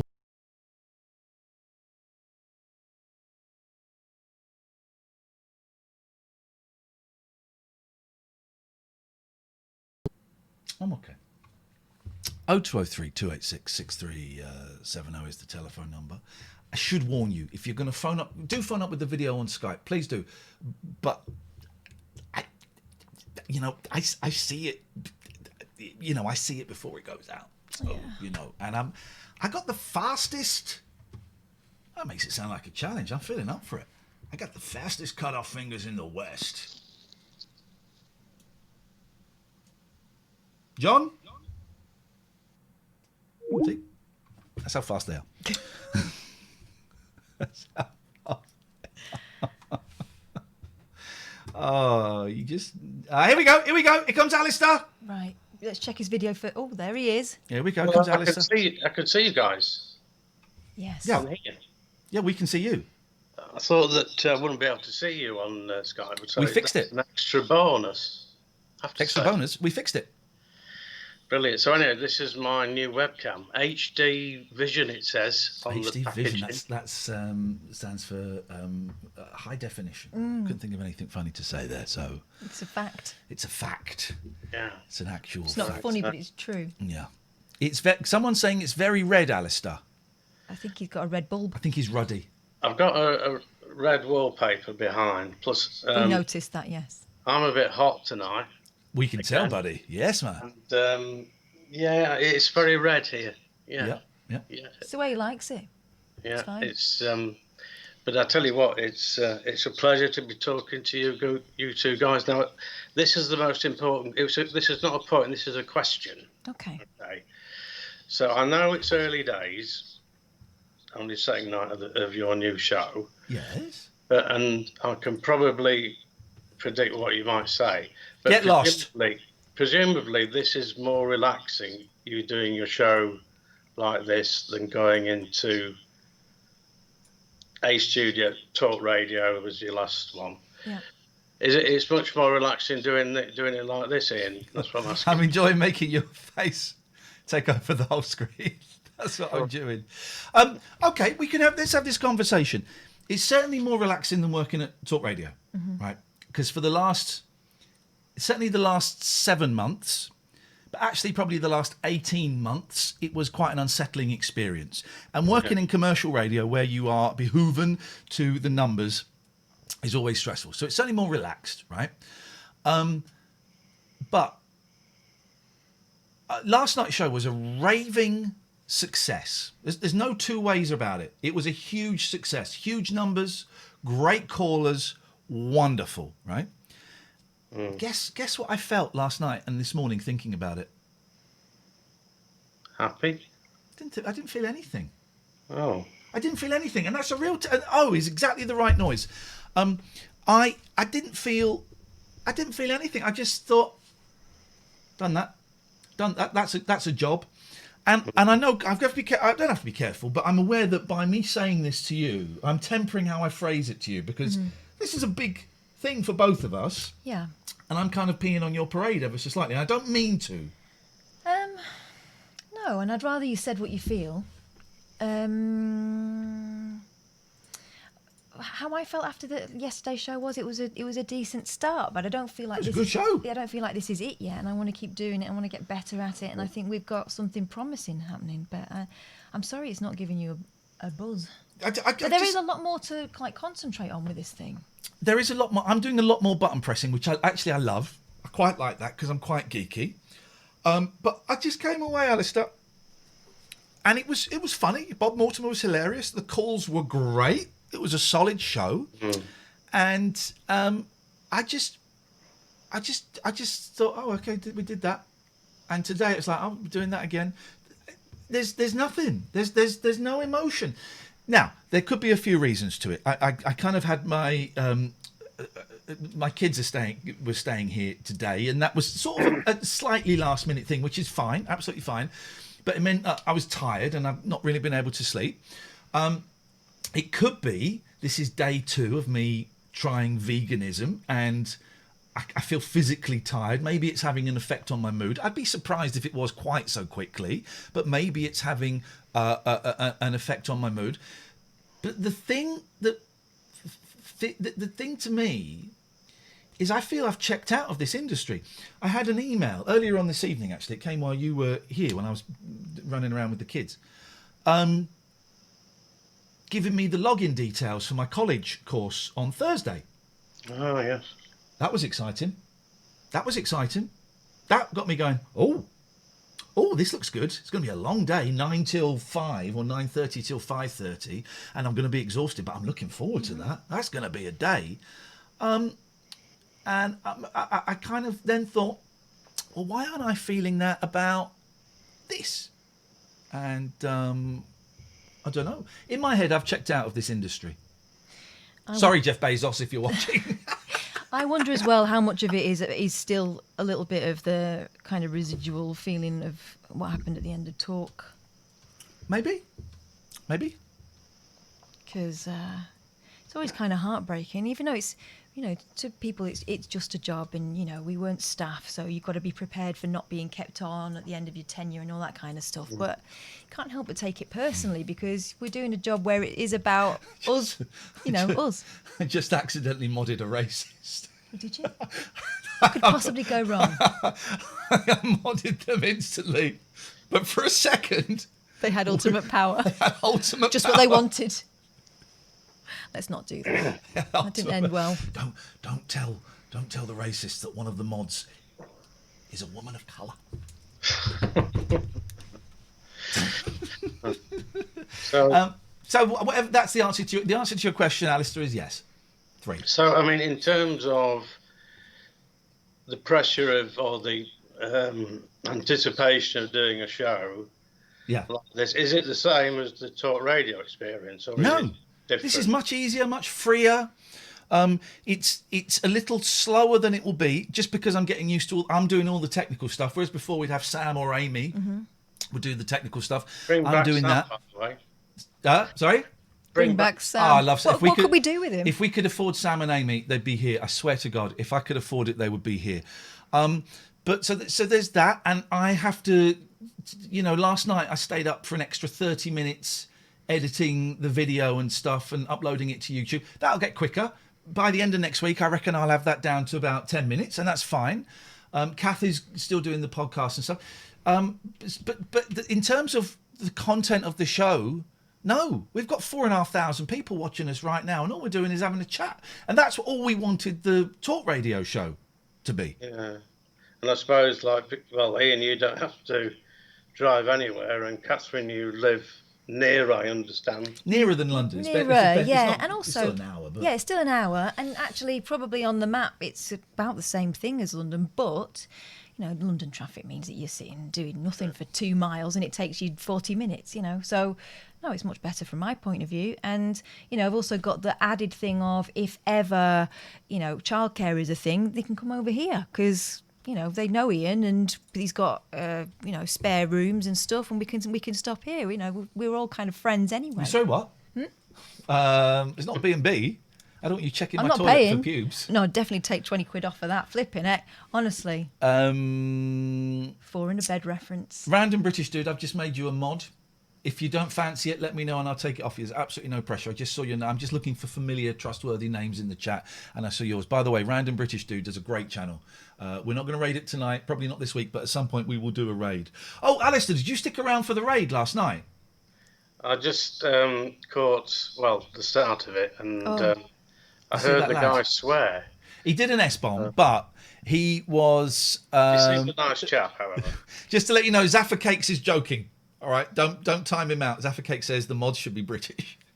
He's joking. He was a really nice lad, and we blew his mind. He had one person there, and then suddenly he had over 1,000. He was delighted. Didn't know what to do, did he? It was so joyous. It was so joyous. It was like the best love bombs that we did on the radio. Yeah. When someone's so kind of overwhelmed and thrilled, they don't know what to say for a while. It was one of those. It was great. So we'll be doing that again at 1 o'clock tonight. We will be doing shows longer than 1 o'clock. It's just this first week, just focusing, kids, all of this stuff. But we will be going on longer. If there's a strong vibe, we'll carry on. Why would we stop? Yeah, lock-in style. Well, it won't be a surprise for you to know that I'll always be ringing in. Have you done all of your points? Goodbye. Why is he laughing so much? I don't know. That was kind of chilling at the end, wasn't it? That was I get the feeling that guy's going to be back. Yo, what's up, my man? Want to watch Naked Attraction with me? Jake? No, thanks. Does it mean he's on it? Follow. There's a follow button. Click it, and I think you have to click a little bell. I can't remember, and it will tell you when we are live. We're live every night at 9 o'clock. But if you click follow, if we do any little spontaneous pop-up streams, you'll be aware of those. You can sub as well. Some people will have just watched 2 minutes of adverts. If you want to avoid the adverts, you can subscribe. If you have Amazon Prime, link your Amazon Prime account to your Twitch account, then you can subscribe to us or any other streamer that you might like. And what that means is we get a $5. It comes straight out of Jeff Bezos's pocket. And it's part of your Prime, so you don't pay any extra. Doesn't cost you a penny. It's a $5 you could never spend. Or you can gift subs to people. You can throw bits, which is kind of like putting a few quid in the hat. There's all kinds of stuff. So your support is gratefully appreciated. And listen, only if you can afford it. We're not going to put pressure on you to do that because times are tough. I want you to go into debt. I want you to go into debt for us. Hello there. Hello, Iain. Hi, Rachel. I got banned for some reason. Apparently, I just tuned in. I love you. I've watched you for quite a while. No. You don't just tune in and get banned. Oh, I did. No, you just tuned in and you got banned. Yep. Yeah, I thought, oh, come on. I thought there's something decent to watch on Twitch. And I come across that guy that was talking about you and trying to be toxic about Ryland and making comparatives. And I thought to myself, oh, he's a bit of a cracker. And I banned you because cracker's a racist term. Oh, I didn't know that because down here it means you're a nutcase or a loony. I meant no. I'm going to give you the benefit of the doubt because I'm a great philanthropist. What was your name? The 0 Hour. And now I'm okay. I can only apologise, and if it caused offence to anybody else, I can only apologise because. Okay. It says and it's not spelled. How are you spelling 0 Hour? Because it's with an X. It's me in-game name. You've got to put these stupid bloody names on here, and excuse the my user French. you're trying to ban doesn't exist. I don't think you're. Spell it. The underscore the. Come on, man! Suddenly this has become a very complicated name. The underscore 0 with an X, yes. X ER0 Zero. H0UR. Yeah. I mean, it doesn't exist. Oh, I'm still banned apparently. Unban? Can I give it to Hang one on. of the mods or something? Say it again. Jesus. THE. T, yeah, underscore X. Yeah. Capital E, capital R, 0, and then lowercase h, 0, capital U, capital R. Welcome to the typing hour. You said you don't exist. Oh, right, okay. I don't think that's how you spell it. I don't think you can spell your... I'm back. You've unbanned me. I haven't. There. Matty has, because he's worked out somebody what has. it is you're banging on about and has cracked the code. And there's Now listen. This is the Vinci Code special. Now listen. You've been in a lot of trouble tonight, so I'm tempted to. Our eyes are on you. No I'm messing. I'm going to go stand in the corner and be quiet. All right. Good. Good boy. Okay, take care. Listen, we're just a little bit twitchy on Twitch on the first. Oh man, why is everyone obsessed with knickers? I just don't get it. 131. Ah, dearie me. Isn't it a funny old world? Isn't it a funny old world? Yeah. It's a shame a lot of the calls aren't that funny when they. Yeah. Hello? Hello, 904 2904. Does Mummy know you're calling? Sorry to call. I just started watching the stream, and I was wondering what it was about. It's not about anything. Oh, cool. Yeah. How are you? You alright? I'm good, man. How you doing? What's your name? Gabriel. Hey, Gabriel. How's it going? Not bad, thanks. I'm going to guess that you are. I'm going to guess that you are 14 years old. 15. 15. Okay, I was close. Only just turned 15 in the last 2 months. Yeah, actually, 20 days ago. There you go. Happy birthday, man. Spooky. Thank you. And how's life going? How's lockdown for a 14, 15-year-old? It's all right. I'm spending most of my days now on the PS4. What are you playing? FIFA right now. Oh, you're a FIFA. Yeah, I struggle with FIFA a little bit. Yeah, it's not. This year's terrible. It's really not good. Why is it so terrible? The gameplay's awful and the community's toxic. But I don't understand how they can get away with releasing pretty much the same game for 50, 60 quid every 12 months. They just put the number up one. And the packs, even the things in game are really expensive as well. So. Yeah. Well. Are you playing anything else? Are you a Fortnite kind of guy? Used to be, but now I play like Warzone, Sniper Elite 4 sometimes. What Sniper? What? Sniper Elite 4. It came out about 3 years ago, but I still like playing it. I don't know that. I'm going to write that down because Sniper Elite. Okay. Yeah, it's really cool. And who are you? So, do you stream or do you just watch? No, I do stream, but only my friends watch me. I do like some FIFA videos sometimes, but like about 30-minute streams, just doing something like. And what can I ask? Because I got two lads that really want to get into. They're more YouTube than Twitch.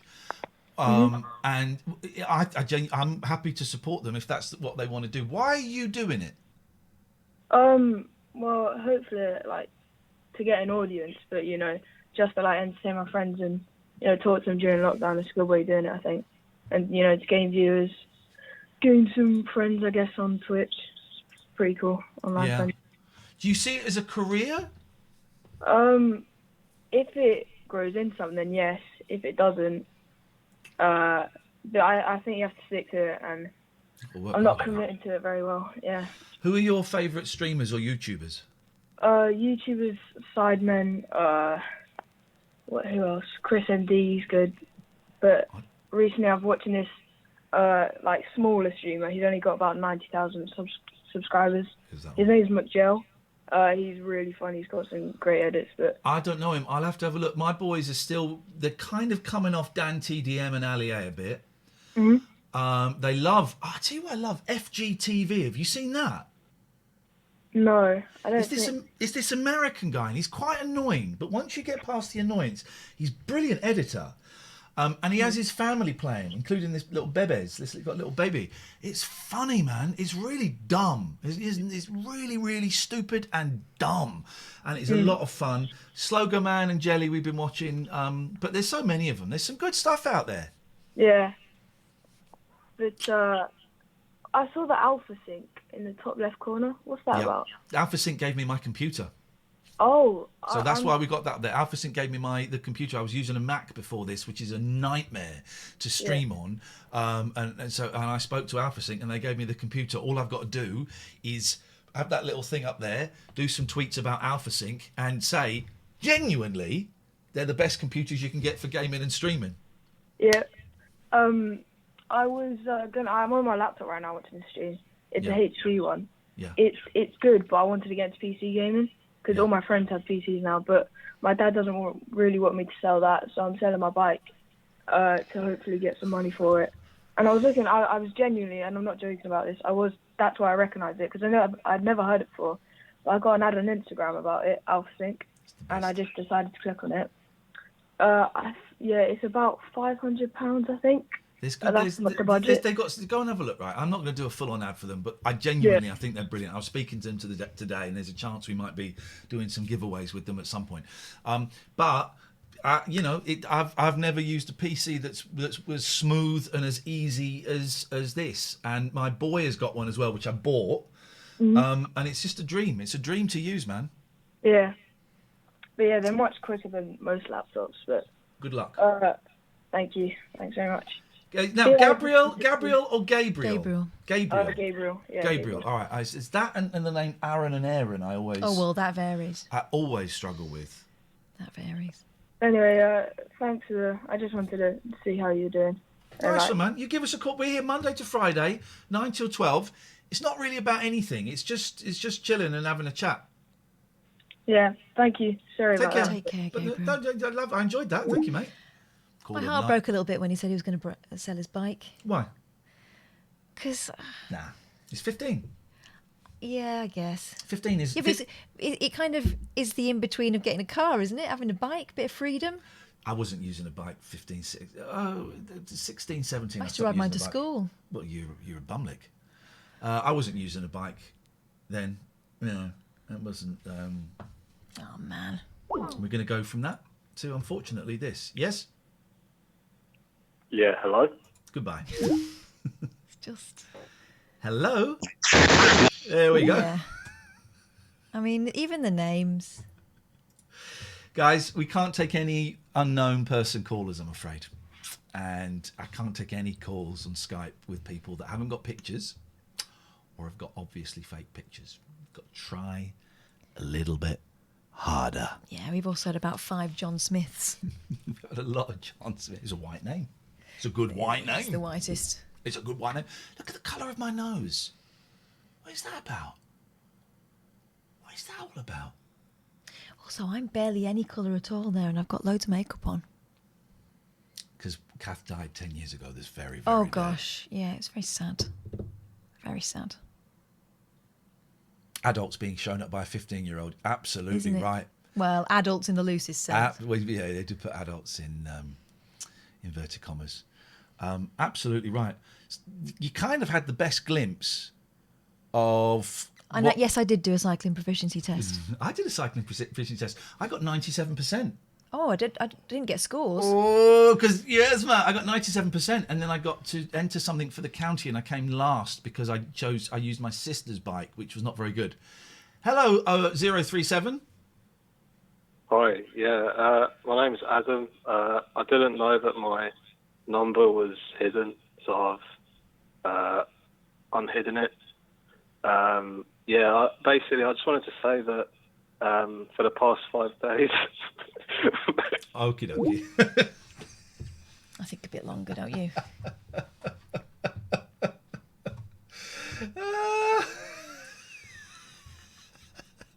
Danny's getting good. Danny typed in, wait for it. Yeah, no, exactly. Wait It's for very it. obvious, isn't it? Hey, Jerry, how you doing? Struggling today. Here he is. Can you see me? We can see you. Great. Yeah, we got you. Let's get you there. You managed to get that bong back up on your shelf. I was still looking at Carriacon pull me off the shelf. Pulled you off the shelf? Not pull me off on the shelf. Pull me Yes. Okay. I'm just struggling with it today. This helps. This is one way of coming up. There's various techniques to come out, coming out of freeze. It's really weird. It's a weird disease. For those, we've got loads of new people watching us who've never heard of us, and so we have, when we were doing the radio show, we get a lot of regular callers. Jerry is one of the regular callers, and Jerry's got Parkinson's. And are you younger or older than me? I can never remember. We're about the same. 1 year older. 1 year older. All right. This is what I got to look forward to in 12 months. We love talking to Jerry. He's not very funny. He's a pain in the ass. He's a terrible human being. Awful. But one of the joys of doing this show and doing the show we did on the radio is that people that wouldn't normally get on to a phone-in show, we'd have them on. Yeah. And, some nights, Jerry, you speak a lot better. You're easier to understand than others. Mm-hmm. I hope you don't mind me saying this. I'm just kind of giving a bit of background for people that don't know the show very well. And also, it might... shut up, I'm talking. It might inspire... I know we've had other people who have called in... Thank you. who have called in because you called in, because they heard someone who sounds like them on the radio and they'd never heard it before. So I will shut up and away you go. Bob, last night, they left me. His wife said his head's bothering me. I hadn't mind. Hello. I've gone. You're back again. I've gone short. I've gone full picture. Yeah, we can make our picture appear. No, I'm saying last night Bob's wife said his head bobs. He's bobbing around a bit. I was disappointed with the song that I wrote for Bob's wife. I don't think it was not my best. Well, this is what happens when you sing off the cuff like you do. Yeah, it was not my best. It was not my best song. I thought it was all right. Let me go through. Where are we going? We're going somewhere. Don't dox yourself. That's Sniper Elite. One of my favourite games, Sniper Elite. Is it good? I like Sniper Elite. Right, I'm getting it. It's good. I'm getting it. Don't see me in my graduation. Yeah, go on. Let's have a look at your graduation. That's a nice room, though. I'm not getting up and I'll just hang on, wait there. Don't carry. What are you carrying? Is that a laptop? Oh God! Don't climb. Should we go full screen just in case he dies and we can sell the footage? There he is. Oh, hang on. Lift it up a bit. No, come forwards. I'm trying to work out where you are. Hang on. He's got it. He's got it. No, can you see me? Such a beautiful day. Did you know you had Parkinson's there? Just started kicking in then. Just started kicking in. And did you know that's what it was? Or were you just you were just a bit suspicious there was something not right? No, I don't know. We got misdiagnosed first of all. So it was something called Wilson's disease. Okay, there's no such disease. So that person who told you that is not a doctor. So I tried to test for some Wilson's disease and he said you haven't got that. Yeah, it doesn't exist. It's made up. Parkinson's. No. Bad disease. Parkinson's is not good, but it's better. No. I'm going to cut you off. Off your bum. There we go, you see. There we go. That is always clear as a bell, even on his bad nights. Go on, you take this one. All right, who have we got here? Hello, 4418. Oh, hi. Is that Iain's show? It is a show, yeah. Oh, cool. Yeah, I'm just calling in to talk about the Rambo film. Someone was talking about... I'm a big Sylvester Stallone fan. What's your favourite Sylvester Stallone film? Well, it's probably Rocky 2, if I'm being honest, but I have just seen the last one, like Last Blood.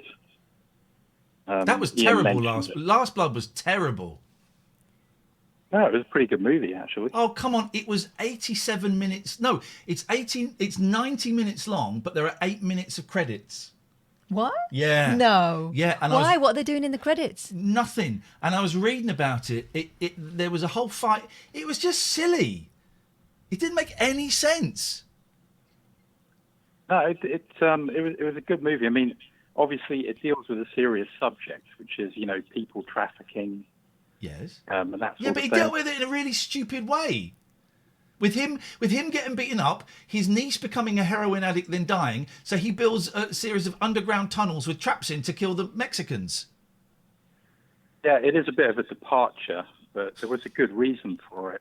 If you look on IMDb, Sylvester Stallone sort of said that the reason he was making the movie was because he was shocked at the number of grooming gangs in the UK. Okay. That's a slow burner. 4418. We'll be adding that number to the list later on, guys. We'll be giving out all of these numbers later on. I don't think the last First Blood movie was made because of the grooming gangs in the United Kingdom. I don't think that was really about Rambo. It was some subtext that I missed. These people see that everywhere, though, don't they? That's the problem. It's amazing, isn't it? And I'll leave that call in because it's interesting. Rambo, racist. How obsessed with child pornography white supremacists are. And you've got to ask, what is going on in their heads that they're obsessed with it? You can the natural conclusion is it turns them on. That's the conclusion. Here's my theory, because I've seen some of their stuff, right? That's the conclusion. And I've never seen a bigger bunch of misogynists and people who are generally terrified of women, and I get called all kinds by them, right? I think they see women as property. I think it's more a territorial thing than actually care. Yeah. And it's something for them to fight about.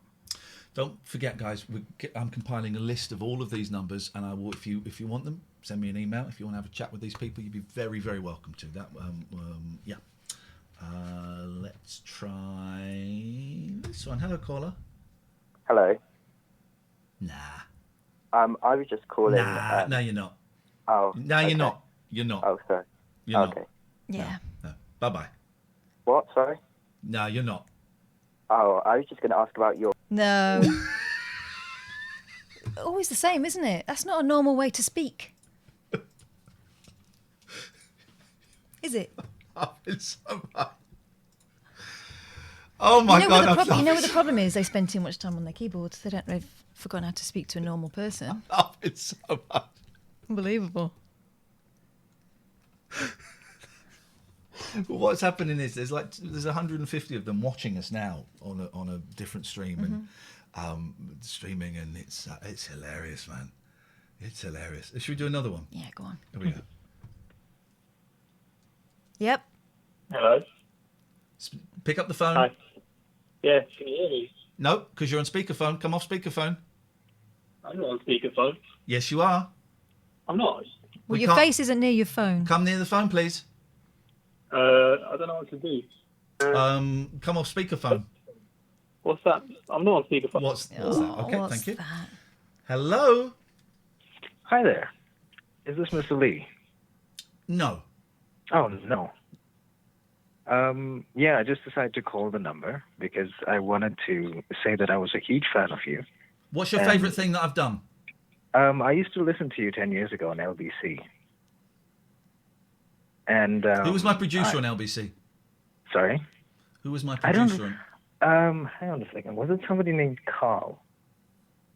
It was so long ago, and I thought you were a huge fan. I was a huge fan. What was your favourite thing that we did on? What was your favourite thing that I did on the show? Usually, it's the random topics that you guys used to start off with. For example, it was so long ago that I had no idea because every show was always so different, and you always had the callers who were nutters and everything that used to come by, and I just like the way you actually dealt with them. Right now, I feel I'm actually shaking. You should be in awe of my might. Huh? Yes, exactly. I even had a character named after you when I was playing World of Warcraft. Yeah, obsessive, I know. But so obsessive you can't remember anything in particular? Of course not. It was literally so long ago. What else have I done that you liked? I think you did some sort of show. Well, as in, I used to be a fan before because I had a problem with insomnia and stuff, and I would listen to your show, which would start off really, really late on LBC, and it actually didn't help with the insomnia at all because things were so fucking... Sorry, am I allowed to swear? Steady. It's all right. Maybe go. Apologies for the... Things were so funny. Yeah, things were so funny that I always sort of felt that it actually kept me up even more, and it was always diverse every single time. So today I was literally going past and I saw on Twitch that you had your own Twitch channel, which I didn't know existed, and followed it. Huge fan. And I'm really happy that you're. That I am. I used to be, and I used to listen to it with my little brother as well. So. What's your brother's name? Carl. Second time you've said the name Carl. I know, but I don't know funny? why. There is somebody else. There was somebody else that you used to do your show with as well, and then after that there was somebody. I don't know. It was some time ago. Okay, go on. What can we do for you this evening? No, I just wanted to say I'm happy to find that I found you guys on Twitch, and I'll make sure to tune into your Hey, nice channel. one, man. What was your name again? Linus. Linus. You don't understand. I'm actually having a bit of anxiety just because I'm. Calm down, Linus. I know. I'm trying. But yes, when did you start doing your show on Twitch, if you don't mind me asking? Yesterday. Yesterday? Yeah. This all happened yesterday?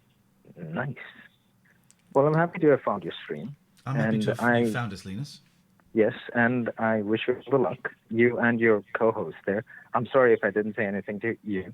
That's all right. I was just listening. I was wrapped. Yeah, no. But that's the thing. It's like I was just happy, and I just tried to call in. I called in like so many times. Promise you, I'm not a psycho. That's what all psychos say. But yeah. Anyways, it was lovely talking to you. How are you finding lockdown, Linus? It's okay. I'm getting, for me, after the lockdown happened, I still got something paid by the company anyways for a few months, so I took it as holiday. Yeah. What about yourself, sir? I've enjoyed it. I've really enjoyed it, actually. I've discovered a lot about myself. Yeah. I have spent more time with my kids. I've had a great time. Nice. I would do the same thing. I don't have the kids, but I do have a lovely dog, and I have actually enjoyed way too much time. She's actually spoiled to a point where for 2 months I was just like playing and everything with her. So it was actually really That's good. the way it should be. I've got 4 cats and they just dominate the whole place, man. The only thing which sucks is that when I was with all this free time, you just think to yourself, God, it'd be great to just go on a vacation. And then you're thinking, oh, wait, you can't do that. Well, you can't go abroad if that. Abroad, what's your accent from? I can't quite place it. It's a mix. I am from here, but I used to live in Canada for a little while. But I am a Londoner. Okay. That's the sad thing, that you can't go on a plane. Well, you can. You can, but I certainly wouldn't want to. My brother-in-law is in New Zealand at the moment, and New Zealand has no lockdown because they have no cases. He had to go into quarantine for 14 days in a hotel, and bizarrely, I think there was someone on his flight that brought corona into New Zealand because I heard the story and I thought, oh God, it's Ivan. And someone did break the quarantine and got arrested, but he had to stay in a hotel for 14 days, and then he went out, and the world was not. He was having a party. They had a big. I was going to say they had a big party, didn't they? They had a big party, and everything. There were absolutely no restrictions at all. Right. I was shocked about the amount when it comes to America. Like they had, I think, just in California. I was talking to a friend, and they have over 200,000 cases. And Mexico, the entire country, has less than California. And that was just like mind-blowing. I mean, I know New York is even worse, but damn, what are these guys doing over there? Nothing. That's the problem. Their president is an idiot who thinks it's not a real disease, so, and people are thick and won't wear a mask. Just wear masks. Wear masks. No, you can't wear a mask when you go on the beach. That's what they said. I mean, Corona doesn't attack you. Well, it doesn't attack you on the beach, apparently. Apparently so, yeah, you're absolutely right. It respects those sandy boundaries. It's like when people wear masks when they're in a car, but then when they get to the party, they're like, let's take it off. Corona knows we're having a party here. I've seen people driving on their own wearing masks. I've got a theory about those guys. Go on. When we first started talking about masks, people were saying, right, if you're going to use a mask effectively, you've got to put it on and not mess with it. And I wonder whether it's people putting them on in a clean environment and then not wanting to touch it to their back at home. Could be. Yeah, could be. Yeah, but the whole purpose of that is to wear it in public and just gonna go everywhere with a mask. But then when I see them taking it off in a party of 100 people, you're just having a night out or whatever it is. It's like in Italy. Schools and universities are not opening, but nightclubs are. And they're like, don't worry, we'll supply you with masks. And I'm like, yeah, huh? That makes no sense. Anyways. Hey, listen, man. Thanks for calling up. I'm sorry we were a little bit grilling you. It's okay. when we came in. We're like Catherine and I are like border control, and we got to check that your papers are in order. Jesus Christ, you guys put me in a terrible panic, but I completely understand. I did try to call you on Skype as well, because the quality of the microphone will be a little bit better. The unfortunate thing is, like you said, you want a picture. I think there is a picture, kind of. You don't see my face there. But I would love to call in some other time. You give us a call anytime you want. I'm really happy. Thank you. I'm really happy that I found you, both of you, and I'm looking forward to the show. I'm going to tell my brother now, by the way. Hang on. You're Linus. Yes. Yes, Linus. Leenus. Yeah, got it. There is a wordplay, but I'm just going to ignore that. Anyways, yes, I will be messaging my brother as well to let him know, so that he knows that you're on Twitch as well. Kath just got it. Kath only just got it. Just leave it. Well, I've not got my mind in the gutter like some people. Linus, nice to talk to you. Send our best to Carl. Thank you very much indeed. We were both. I mean, my spidey senses were tingling there, and I'm glad to be surprised now and again. You've got to.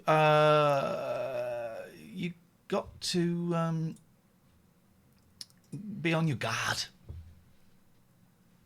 BMT says, I hope everyone who judged this guy feels, in capital letters, really bad now.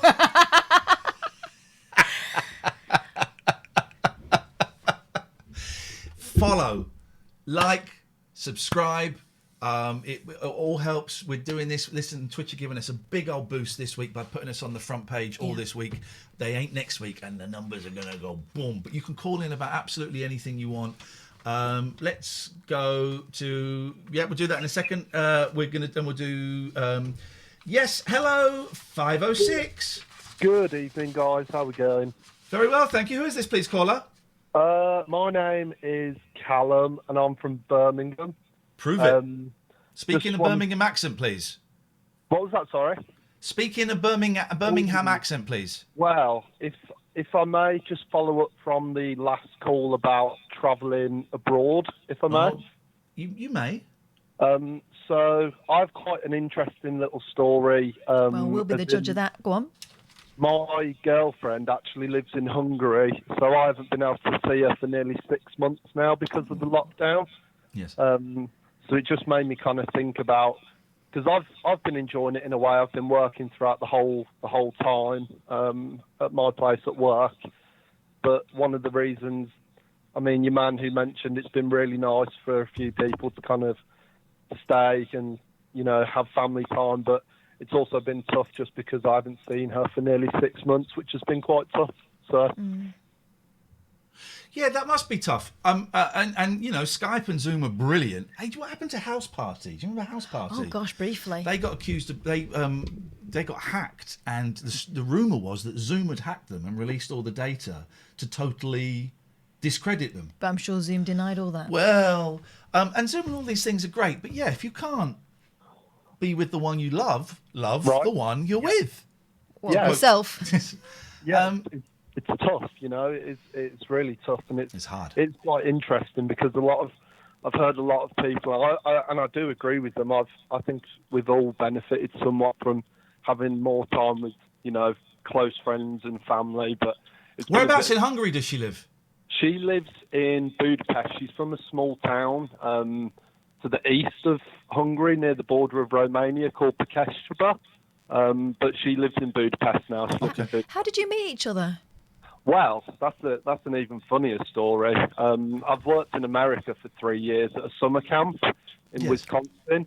So I kind of did sports and some outdoor adventure sort of things. And my second year, I went back because I've been at I finished up university, and my second year was her first year, and she got placed randomly. So when you kind of apply, you put down all the things you like doing, whether you're sporty or whether you like arts and crafts or drama.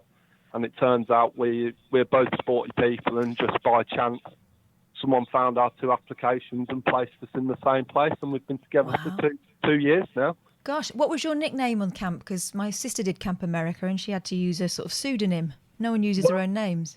Well, it was funny. I was known as Sporty Spice because all the kids there just associated anyone from England with the Spice Girls, even though I'm obviously a bloke. So Sporty Spice was my nickname. And what was her name? Her name was the Hungarian Brute because they all associated her with being quite frontal sometimes, which is sometimes the way with a lot of Eastern European people. They kind of say it how it is all the time, which I quite find endearing, to be honest. But my computer's just popped up saying that out of my 225 gigabyte hard drive, I have only 98.4 megabytes free. Now, wow.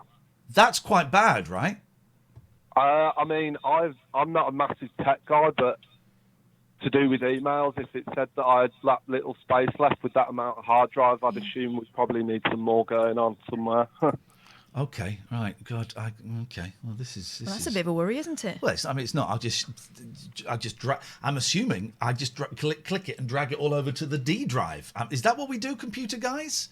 As I've not really, I was a Mac guy for ages. I'm just going to drag it over to the D drive.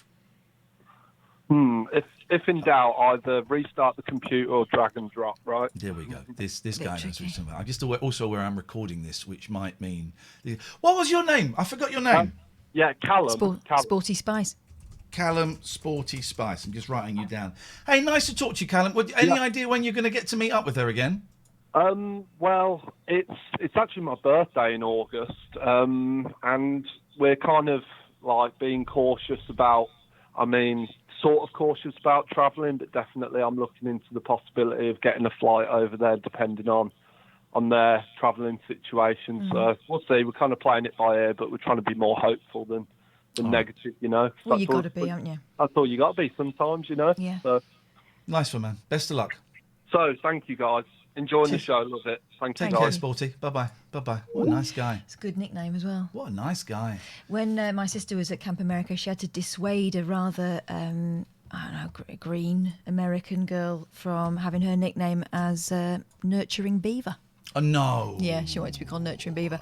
Everyone suggested, well, it's a great name and all, but maybe you want to be called NB. Right, so hang on a minute. So so let's go to the C drive. Now, this is what people want. Okay. Look at all But these this is the videos. spin-off show, Technical Difficulties with Iain Lee. Oh, they're all videos that my kid has done. You absolute divvy. Right, so we can get rid of those. Delete. Oh. This is tonight. What is the date? That's tonight's show there. Yeah. Okay. I'm going to get rid of these. I don't need these. Delete. This is what it's about, guys. These are too big to recycle. Yeah, get rid of them. This is maybe a good reminder for all of us to tidy up our drives. 4,615 people watching a bloke delete videos. 4,000 are thinking, yeah, I could do with deleting a few things on mine. Delete. All right. Now we go to the bin. I don't know. Jeff Bezos must so be regretting giving us money to do this absolute rubbish. Where's the bin? And then we click on empty recycle bin. Oh, it doesn't make the satisfying noise. No, but let's have a look at your status now how do I check settings? Oh, this is exciting. It is exciting. People enjoy this stuff. System. Would it be system sound multitasking? No. Accounts? No. Ease of access? No. Privacy? Windows? Search? Time? Personalization? Devices? Phone? Apps? Gaming? Cortana? Oh, where would my memory? No. Does anyone know? Open the File Explorer, then this PC. I don't know what that means. Don't know what any of that means. If you're saving the videos to upload to YouTube, you can do that directly from Twitch. Yeah, but you lose a little bit of the quality. And also, I want to take the audio from it. This is better than any other late night. Totally. Oh, God, this is totally the best show we've ever done. Right-click C, hit properties. Here we go. We're all learning something. Right-click C. Properties. I'm up to 27.8 gig now, so I've freed a little bit of space. Paddy says, send me your bank account details. I will log in and fix it for you. Oh, helpful. Take this one. Oh no, you take. It's too late. You take that one. Okay. Hello, Robin, with the tidy flat. Bet your bed's made, isn't it? Yeah, I tend to make beds every day. I got my when we were away camping, not camping, in this den. What do they call it? A log cabin last week. And my boys are 8 and 10. And in the morning, I said, right, boys, make your bed. They've never made a bed. Their mum's half Greek. She does everything, right? And it was hilarious watching them make a bed, and then as they walked away from it, what they thought was an acceptable bed making scenario. My kids have got bunk beds. So the one in the top bunk, she keeps her bunk bed nice and neat. There's very little in there. She's got one teddy bear. She's got one fancy cushion. That is it. The bottom bunk, however, is basically, Toys R Us aren't in business anymore. If you want toys, they're in my kids' bed, all of them, every single thing. Robin, I'm talking jigsaws and everything. Stay there. I forgot we've got to do a little bit of business. Catherine, I've just got to do a little bit of business. Give us 2 minutes. Gregorian Emerson Family Law Solicitors. There's listers. If we screw this up, we're in trouble. We're going down. Here's the thing, though. I've been listening to a lot of radio recently because I'm free during the day, and some of those solicitors sound scary. This is not what Gregorian Emerson family solicitors do at all. They are as much for mums as they are for dads. They look at the whole situation for the family. They are not trying to pitch one side against the other. What they want is to look after your, from a psychological point of view as well as everything else. Legal and psychological approach to family law for mums and dads. They don't baffle you with legal jargon, and while they can't win every case, they'll do their flipping best for you. There may be an issue, but they succeed. They say 95% of all cases get an agreement where no one else could. And look, we've got people in the chat who've dealt with them. Jeff is saying, Richard Gregorian is amazing. He's a nice guy. He is a nice guy. Jerry, who we had on earlier on, was in a care home that was lousy. Richard sorted it out free. I shouldn't say free, because you will now be expecting him to do free work for you. He won't, but... This was stuff he didn't need to do, and I know that he's keeping an eye on Jerry's situation, and he's been looking out for him for years now, right? We got some testimonies for them, and we'll read some of those tomorrow. Somers Waste Solutions, national coverage, can manage the waste from organisations across the UK, huge businesses, tiny little shops. They can improve companies' environmental performances, increasing recycling, decreasing general waste, increasing and implementing food recycling, which is something I don't do. The food recycling is a mystery to me, and I should do it, and I feel guilty that I don't do it, and now I'm trying to sell you on the idea of it. And speaking of mysteries, it doesn't end there. They will sort out your confidential waste. No problems at all. They can do it on-site or off-site, the confidential waste. Hazardous stuff. They can help you with environmental compliance. Boris Johnson will be calling them up very, very soon. I suspect that Russian report was some of that. And they are confident that they can save, this is two things. They can save your organisation money, and they can increase your green credentials, and they've got Bob the Cat. And there is Bob the Cat. I mean, why would you not? The details are on the page, somerswastesolutions.com. If you use any of these companies, please, can you say that you heard about them through us? Thank you very much indeed. Robin! Yes. Your patience is appreciated. Yeah, it's all right. I got two things for you happening in my life recently. One thing is that it's about job. I got an invitation to do a demo for Talk Radio, which is, I'm not sure it's good for you, but no, it's good. It's all experience. Yeah, I'm gonna try it this week and see if there is any good news after that. Another thing is I joined Tinder for the first time in my life.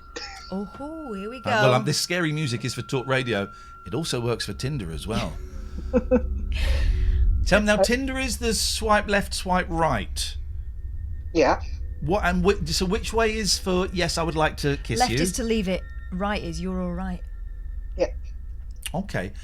How long you been on there for? Any success? We went on Tinder once, didn't we? We tried, yeah. To promote the show. We plugged the show on Tinder. We want to spend the evenings with you. And we got taken off. Although didn't some politician, an Australian politician, yeah, that's where I nicked it from. I saw it when I was over there for the jungle that someone had done it. Yeah. And yes, I did say Twinder. I did say Twinder. That's Thank very you, someone niche. acknowledged, yes. I don't get that thing. But anyway, how long have you been on Tinder, Robin, and how's it going? I registered on last Tuesday, and I started to browse it when I had time to finish my other day job. It's kind of like I got quite a few matches. I'm surprised. I don't know if anyone would match me, but they do. Did your profile picture have a great big fish in it?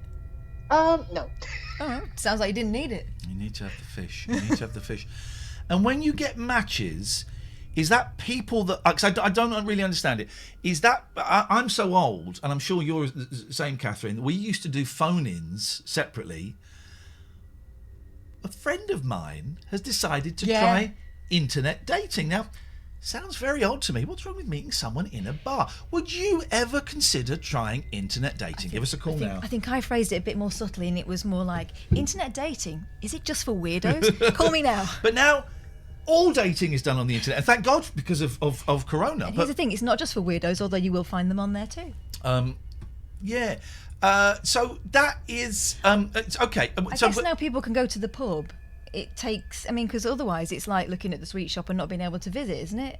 During lockdown, you were looking at, maybe talking, maybe sort of shoring up something for when you are allowed out. By the way, I'm waving the ban hammer around because people making jokes about Grindr, that's kind of homophobic. So I'm waving the ban hammer quite here. We're going to get a load of people going, all I did was make a joke about Grindr. If the punchline is because they're gay, it's not on. So, so, okay, you said you had some matches. Does that mean the computer has matched you up or some people have swiped right? Okay, so if I swipe right on some people and they swipe right on my profile as well, then we matched. That's how it works. Okay, so it's got to be a double swipe. Yes. It's like that Jasper Carrot game, Golden Balls. If both people said stay, then both of you got the money. Yeah. But if one of you said stitch up and the other one said stay, then the one who said stitch up got the money. But if you both said stitch up, no one got the money. Jinx, Katherine Boyle. Thank you. And have you spoken to any of these people? Have you WhatsApped them? Have you Instagrammed any of these people? That's hilarious because I'm so freaking out speaking to people. So I matched I got 4 matches on my profile at the moment, but I have never messaged any one of them. I just don't know what to. You should put in your profile, I do not like talking to people. This relationship will be conducted over WhatsApp when I feel up to it. That's what I would put. Send them a message. I'll try it. I still just need a kind of encouragement from life because when I was first on Tinder app, I chat with my friend and she said no one gonna match you. But it's joking, but it's kind of way that I never expected someone would just swipe right on my profile. So at least I'm happy about that. I think the majority of us, and I'm prepared to be proven wrong, I would suggest the majority of people are surprised that someone else would fancy them. I know I am. I'm surprised constantly. I am surprised that people would fancy me. Why would they fancy me? I'm slightly overweight, not very. And I think a lot of people have that. I can't believe he asked me out. I can't believe she asked me out. I can't believe. I had a friend who always thought that they were joking. She was like, no, he's taking the mickey. And she was great, but you only see your flaws. For some people, those flaws seem more important than. Here's the thing: they're interested in you. You obviously like something about them. What you need to do, and this is what Iain did when he went for the talk radio interview. When he went in there and he pretended to be a guy that's good at interviews. So what you need to do is, hi, this is the guy that's good at interviews. What you need to do, Robin, is be the guy who's good at saying hi. You don't have to marry them. I'll try it because actually it's funny as well. I put in my profile saying I talk too much behind the mic, and actually I just can't even message them when we match on the. This is different though. Because those who don't know, Robin is into radio and does student radio and hopes to get a career in it. But this is different. I can't do phone calls. I hate phone calls, but I can do it here because this is a performance. And I learnt that when I used to do Vox Pops for the 11 o'clock show. I hated doing Vox Pops, but I knew that the end result was going to be worth it. Mm-hmm. So I could do it because there was a camera there. And you've seen, Catherine, when I've got a digital recorder, I think we did it in New York. Yeah, we did. If I've got a digital recorder, I can walk onto a train and start shouting very loudly and singing at people. Because you're being the radio guy, right? And it's the same with you. And you're being Robin at work or Robin, behind the mic. It's different to conversation. Please like real Robin. It feels a lot more vulnerable, doesn't it? I'll work on that. I just build up my confidence day by day. I think probably, and hopefully for some good news. The retro engine's got a tip. Are you prepared to hear a tip, Robin? Would you of what you might possibly? Okay, this could work. The retro engine says, just say, "Hi, looks like we matched. Let's light a fire, baby." Oh no! Don't use lines like that. I think that's all. I think that's all they've got for you. So there you go. The first bit is Good nice. luck. Hi, looks like we matched. Let's have a chat. Yeah, let's have a chat. That's fine. Robin, best of luck. Let us know how it goes, and good luck with can't those with those jobs and what have you. Even if you are working at the old place. The old place. Hello, caller. Hello, good evening. How are you? What's your name, caller? My name's Aidan. Hello, Aidan. Nice to talk to you. I wanted to ask you a question, really, because I'm currently working on a temporary contract throughout lockdown for track and trace. I don't expect it to last very long, but I'm really considering a career change. Just wanted to ask you both in particular. I'm a recent university graduate, studied backstage theatre for lighting design. Whereabouts? At Derby. Okay, yeah.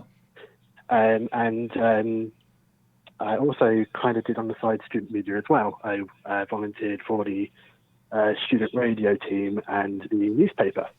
I just wanted to really ask you, what would you recommend to be doing or what advice would you have for a budding 23-year-old recent graduate who wanted to get into to radio or broadcasting? I don't know. Okay. I don't know because I'm leaving. I'm leaving. I know that. I knew that part. I was you can have my gig. Subject. I don't know because I kind of got in. I did performing arts, and even though I did a little bit of radio before, I got onto the radio really because I've been on telly, and I got on telly because I was doing loads of auditions, and eventually something clicked, and then once you've been on telly, particularly 20 odd years ago. They were just giving radio gigs away to anyone that had ever been on telly. What do you want to do? I don't know, to be perfectly honest. I know I love music. I love live music in particular, whether that be in a concert or whether it be some intimate acoustic kind of settings. But all I really know at the moment is that theatre hasn't worked for me for one reason or another. Theatre's dead. I hate to say it. Theatre's dead. Theatre is never going to come back. It's going to take 5 years, 10 years for theatre to come back to anything close to what it's been. We're going to need a vaccine, which is going to take 2 or 3 years, and then you've got to try and rebuild the infrastructure because a lot of theatres, the smaller ones in particular, will be gone. And I don't mean to be bleak, but that's just the horrific truth of it. Yeah, absolutely, and it's going to be a huge shock to everyone when they suddenly figure out, hold on a minute, we can't do performing arts anymore. Yep. Oh no. But now is the time that we need performing arts. Now is the time we need music. Now is the time we need plays. Plays are great because plays can help us make sense of our insane reality. By expressing it in a way, or do the opposite and take you out of reality. That's what plays and movies are the best at. Helping you work out your feelings about what's going on in your life, or helping you forget your life for 2 hours. And that's why we need it now. Yeah, escapism and inspiration. Absolutely. There we go. Oh, I'm going to use that as the title of my autobiography. The Iain Lee story. It is a tricky one because it is a tricky one. You said that you were writing for the local. Were you saying the local paper or the university paper? University student media. I hosted a radio show and I did some articles for the newspaper. Right, well that's great. I did a couple of articles for the university newspaper. I never did any radio. I was too busy boozing. And then I went on and did journalism, but it sounds like that's not the sort of thing you want to get into. You want to be more sort of presentation. Music and presentation, yeah, and the enjoyment of music, really. I'm wondering whether actually maybe old media is something. New media maybe is the way forward. You could do it today. You could do your own stream. You could, and at least it's building something. Yeah, I'm trying. Just don't have enough time, sadly. Working most of the week for the government at the minute for the track and trace. How is the track and trace, without obviously breaking any confidentialities that I'm sure you have signed? How is that going? Are you, because we heard stories that no one was phoning up, and then I heard stories that people were phoning up, but were refusing. People weren't giving phone numbers of the people that they'd met, and that it was. How are you finding it? Obviously, I can't say too much. No. Sorry to be a bummer, but what I can say is that there's a huge amount of people ready and waiting to go for if we get a second spike. Right. That's probably why reports are coming out saying that people aren't working, because there's just so many of us ready to go, and there's, it's a bit of a Darwinian circle. You don't want cases to come in, but you kind of want cases coming to have to work, but then you don't, and you do. You kind of get my point. I get it. It's like the Nightingale hospitals. They were there just in case the worst happened. Indeed, and there's so many of us, perhaps the majority of us are there just in case the worst does happen, but we'd rather be there. Yeah.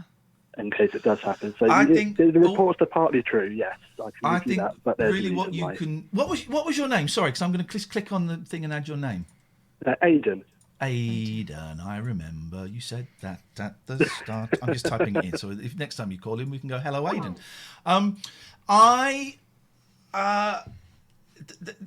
Radio making huge cutbacks. Everywhere is making huge cutbacks. You'd be not surprised to hear. And I know some top radio people, some very famous people who are being asked to take massive pay cuts to keep working. So I don't know how you get into radio. TV, hardly any TV is being made right now. It's going to pick up again soon. But I think the real future is streaming in some way. Now, that's easy for me to say because I have a little bit of a following. Alex Horn, who I'm a big fan of, I think is really funny. He's got 200,000 followers on Twitter. Was streaming on Twitch the other day.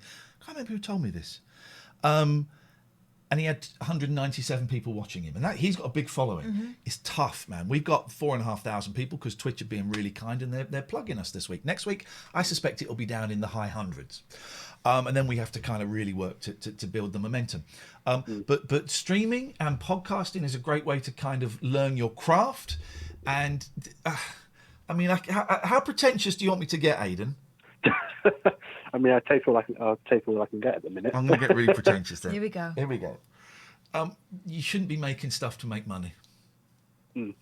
Which is difficult when you need to make money. Oh God! I mean, it's such a line. But you shouldn't be creating stuff to make money, and if you make money, that's a brilliant byproduct. It's a tough one, man. So is what you're saying, keep your day job, grin and bank it, and allow, and try and make enough time to do something creative just to take the lid off now and again, Yeah, absolutely. I mean, and also just on Twitch, so I do, I don't stream myself, but I stream with a community of people that do esports and motorsports. So we go and do iRacing and Project Cars, and there's a group of us that stream that, and we just finished the stream. I saw this on the front page of Twitch being promoted, and I saw your name, and I knew some of the work you've done with LBC and everyone. I know everyone's going to probably say that to you, but you're a very recognisable name, and I thought I'd pop on and love what I'm you're glad doing. you did, Aidan. Listen, call us again. And we have your name in the system, so the next time you call in, you're going to get a wonderful, friendly, warm reception, socially distanced, warm reception from us. Keep listening because maybe some people might have some suggestions. Yeah, and we don't want to dishearten you. It's really bloody tough at the moment, and everywhere's feeling it, and it's not just a one place or one sector thing. Performing arts. Everywhere, manufacturing, it's everywhere at the minute. It's everywhere. Well, listen, about a month ago when I was looking down the barrel of a job I really was not enjoying anymore, I tried to sort of chase up some old contacts to see if there was anything going, and I would have gone and done, I would have read the news again, I would have nothing going. And I was having conversations like I was, in your position, trying to get in for the first time. It's just really flipping awful at the moment. It won't stay that way. Something will change, but I don't know whether it will change in the way that means that people get chances again. I hope it does, but it's just tough. We can I'm so all sorry. but hope. Yeah. Hang in there, Aidan. We'll speak again. Take care. Thank you very much indeed. 0203 286 6370. You can Skype TLNA if you want to. Just do it quickly. Hiya. Hiya. Hello, 121. Hello. Hello, who's this? It's Beth. Beth. Did you say Beth? Yeah, I did. Hey, Beth, what you got for us, Beth? Hiya. Well, I just thought I'd say hi, really. I've never listened to the show before, and I saw you on the front page of Twitch, so I thought I'd listen yesterday, and it was really good, and I listened today, and it's dead good. I just wanted to say hi, really. And I saw that you want to give this up, and you've just been talking about it. And are you sure? Is this not you? Are you not a natural performer? Are you going to miss it? I don't know. I just feel that I'm done. I mean, we're doing this for a year. Listen, as jobs go, this is a great gig, right? So I'm not knocking this at all, and I'm so grateful that Twitch had taken this on. I just have been thinking, and a lot of the stuff that I have been the things that I've been chasing, actually, and I'm never going to get, and I don't think I actually want, and Right. I just don't feel the passion for it, Beth. That's fair enough. I'm a little bit gutted because I feel like I've just discovered you, and then you're like, I'm off. See you. Bye. I'm off. There is a whole back catalogue of gold. The way out you've got to there. look at it, Beth, is like a holiday romance. It's so great. We won't have time to start hating each other. Well, we might, but there's less chance. We're here for a year. What's the story between you two? We worked together for about 7-8 years. Is that right? And I'm just watching people trying to get swear words through the chat box. Beautiful. We worked together at a local radio station. Then I got the boot from there, and I went to Talk Radio, and I brought Katherine along, and we're like best mates. And we she was my producer and co-host, and now for the first time we are equal billing on the show. Fair enough. Great. What do you do, Beth? I'm a solicitor. Oh, okie dokie. One of those. Good. Hey, listen, we all need solicitation at some point. How do you find it? Because it must be a lot of it must be really boring. Yeah, it is. I work in sort of transactional law, so I do real estate, and it's very, very dull. But I'm a dull person, so it's fine. Oh no, I'm sure you're not. And what are you doing? What are you doing? Kind of surfing Twitch at this time of night? I'm not. I read The Guardian and I saw an article in there about you guys, and then came on Twitch and then saw it, so clicked on it, and here I am. We're warming up. We're just warming up. This the first week or so is I've got keyboards in front of me, and I'm just getting my head around which buttons I have to press. And Katherine is kind of used to being billed as the second fiddle. And last night I said, "You should talk more." And she went, "Yeah, I should talk more." And I said, "Well, sharpen your elbows." You really should. Actually, and there's been some really great content from Katherine tonight, I think, personally. Thank Speaking you. for myself. I'm used to being the one asked to listen out for when he drops a clanger or one of the callers do. So I sometimes find myself going, "Oh, hang on a minute, I'm supposed to be joining in with this show rather than just sitting back and enjoying it." It's a different role, isn't it? It takes time to get into stuff like that. I tell you what else is weird is that we're sitting next to each other now rather than opposite. So I used to produce him. Kath keeps farting. At least, do you know what? At least that is one small mercy, is that I'm not in your line of fire anymore. But we used to sit opposite each other because I used to produce him on air, which would require quite a lot of eye contact, which is why, my faces have become something of a GIF magnet. GIF magnet. Jesus. So now, sitting beside each other, it's a little bit trickier, isn't it? It's like being on University Challenge, except no one's very bright. Sharpen those elbows. Because here's the thing, Beth. I'll talk. When I'm pressing buttons, I'm talking automatically without thinking to fill the gap. I'm used to being the one that has to fill the gap. So you've got to earn your keep, baby. I'll earn my keep. Earn your keep, baby. She's doing all right. She's Come good. on, she's doing really, she's really the best. good. She's the best. Yeah. So, what's the plan going forward when you finish this show? What are you going to do? What, tonight or in a year?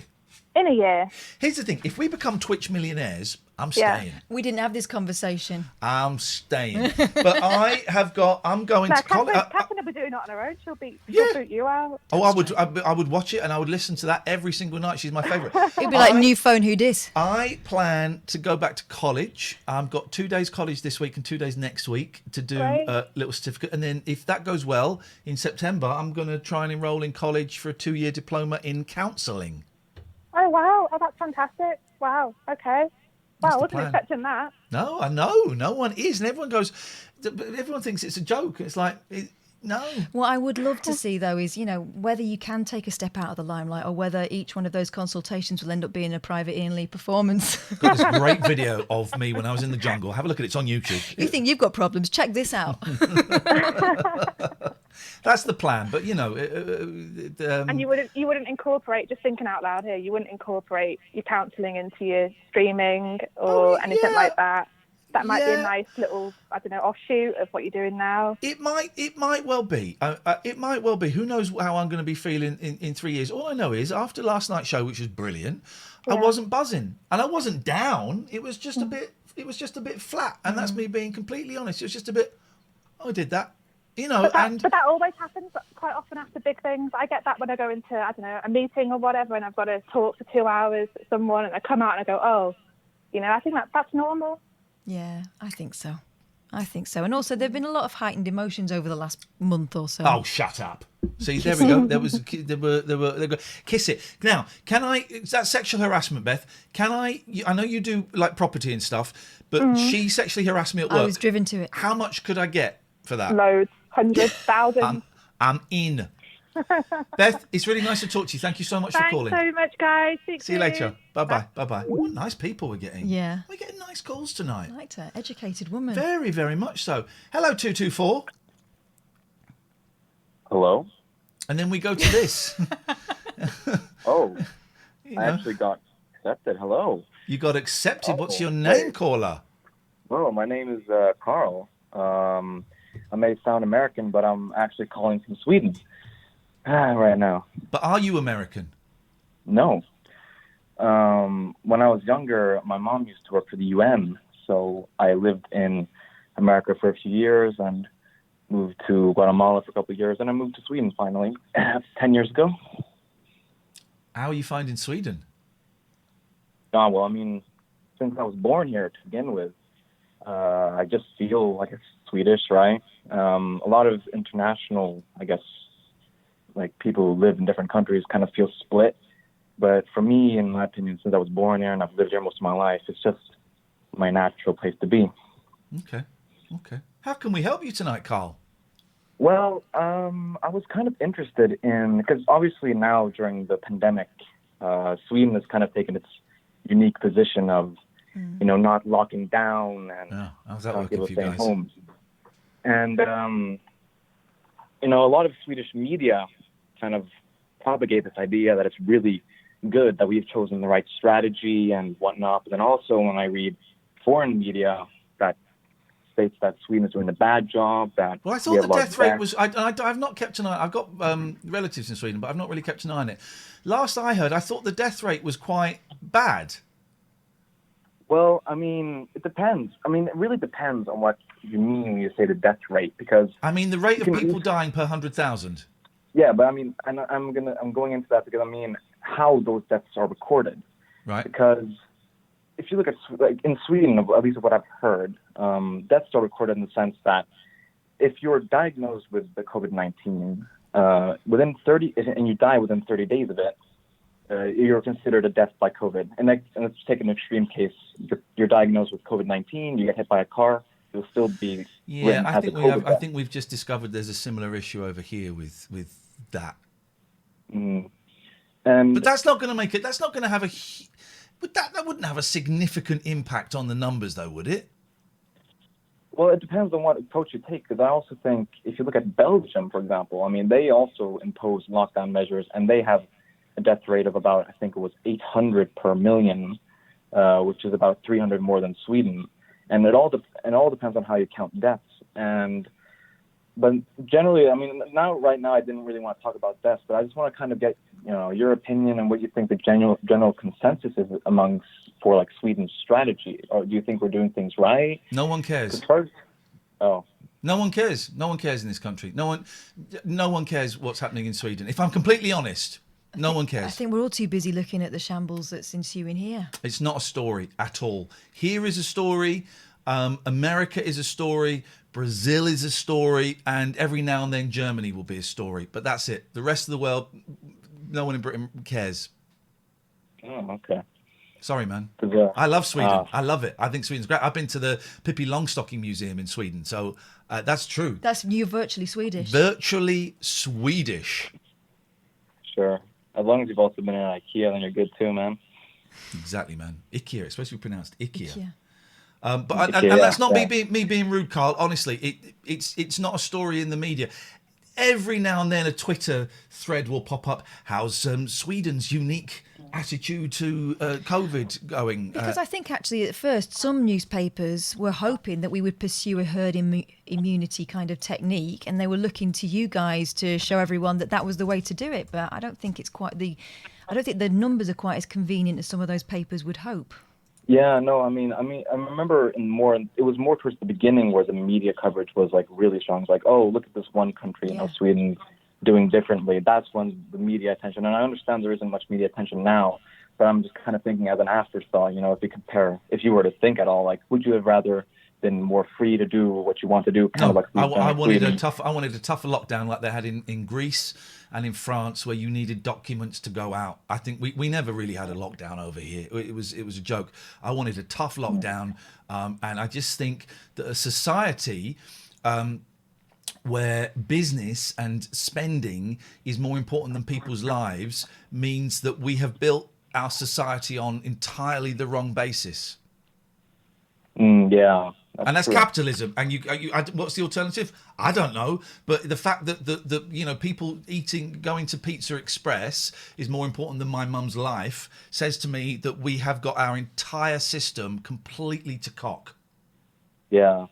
No, I agree. And I mean, I've also been skeptical about the Swedish approach, because I mean, my family actually had a round of COVID-19, and there was some problems in our family. But it's hard. I mean, for me at least, I'd say it's kind of hard to tell. You need to see kind of in the future how the end results of this kind of, I guess, the Swedish experiment would be. Whether if a second wave might be deadlier, like the Spanish flu was, or if maybe Sweden just had it wrong all along and it was a full lockdown that was necessary. Well, I read something pretty terrifying in the New York Post today about apparently a doctor in Israel has reportedly been reinfected with COVID. Yeah, you can get it again. You're immune. I said this yesterday. The antibodies go for most people after about 6 months. That kind of blows, as you said yesterday, but blows herd immunity out of the water, doesn't it? Yes. Yeah, I mean, actually, I took an antibody test just a couple of weeks ago, and I actually have positive on the antibody test, and it's valid for me for the next 6 months. So that means you've had it? Yeah, I've had it. Oh, yeah, for sure, I've had it. I can tell you Did that. you know you had it, though? Oh, God. Elsie in the chat says, we can get it again. Did you not know? Yeah, we can get it again, Elsie. I'm really sorry. Oh, I cut you off. Carl, I'm so sorry. Carl. Hang on a minute. I was resting my finger on the trigger. Carl, I'm really sorry, mate. Thank you very much for your call. I didn't mean to cut you off. That was entirely my fault. I was just resting my finger on the trigger. That's what happened. Hello, caller. Hello, Iain and Katherine. Hello. Hello, this is Roddy from Glasgow. Rogers? No, Roddy. Roddy. Hello, Roddy. Sorry, it's not the greatest line. How can I help you, Roddy? So I had a question for you. What do you think about the freelancing and outsourcing of society? I don't know what it means. Well, kind of like what you're doing now. You have a show on Twitch. Yes. And so you used to be a broadcaster for like national media. Yeah. So let's say you do a show for a year. And it becomes really successful. Yes. And then the plug gets pulled for no reason at all. So that kind of thing. Or for example, if I was working for Uber, and I'm in a situation where I can get the plug pulled from me altogether, what do you think about the way the world is going in that sense?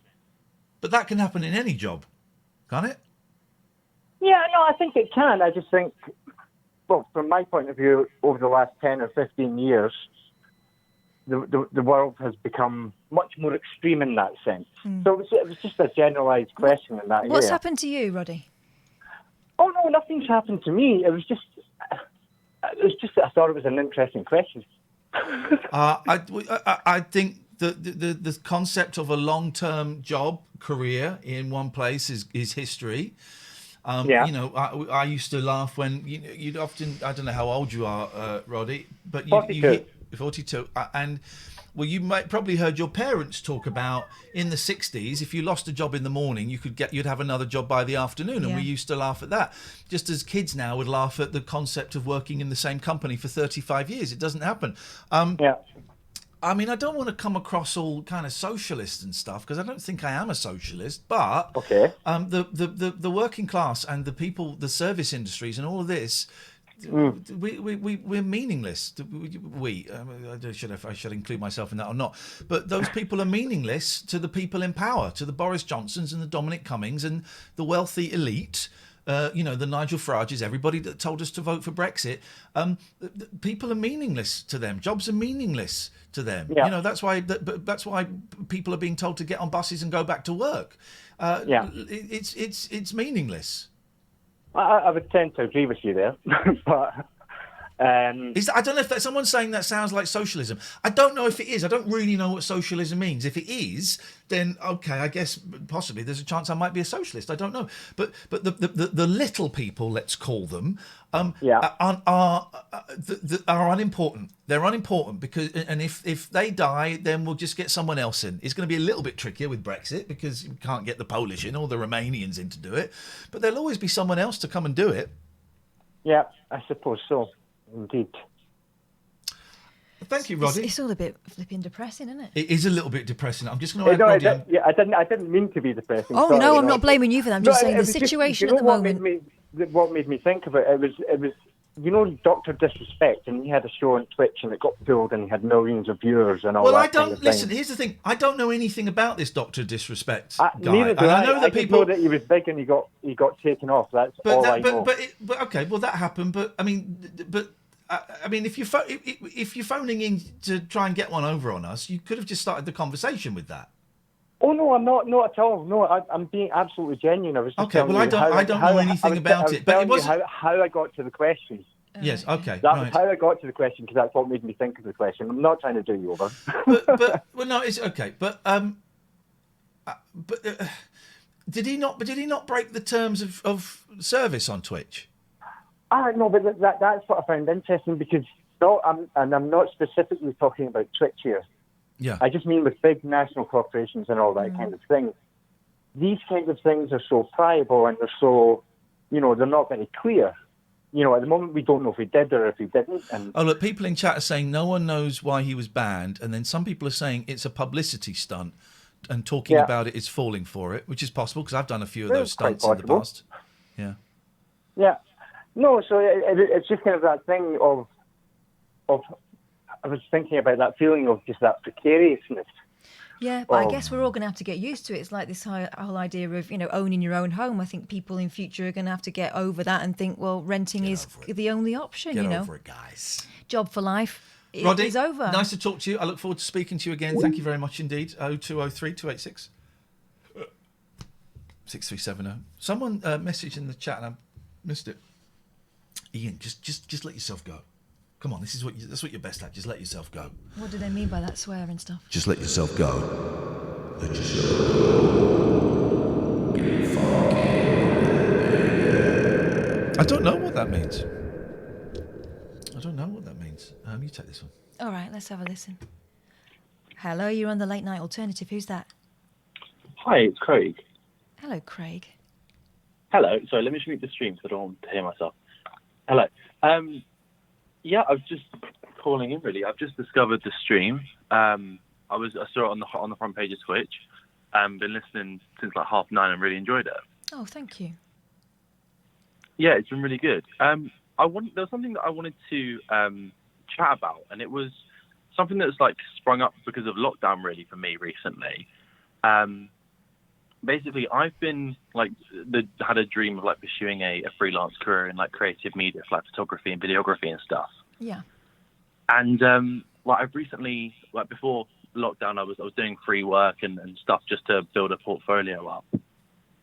And it's gotten to the point now where I'm starting to get like paid work, which is great. And it's like I should be like over the moon with it and like really happy with it. But still, I'm like searching for feel like I'm looking for the next thing. And anytime I get paid work, I get like really anxious about doing it and like actually committing to it. And if it's like talking to a client about like money, and I hate discussing money with someone. And yeah, I was wondering if you've got any like tips on that, really.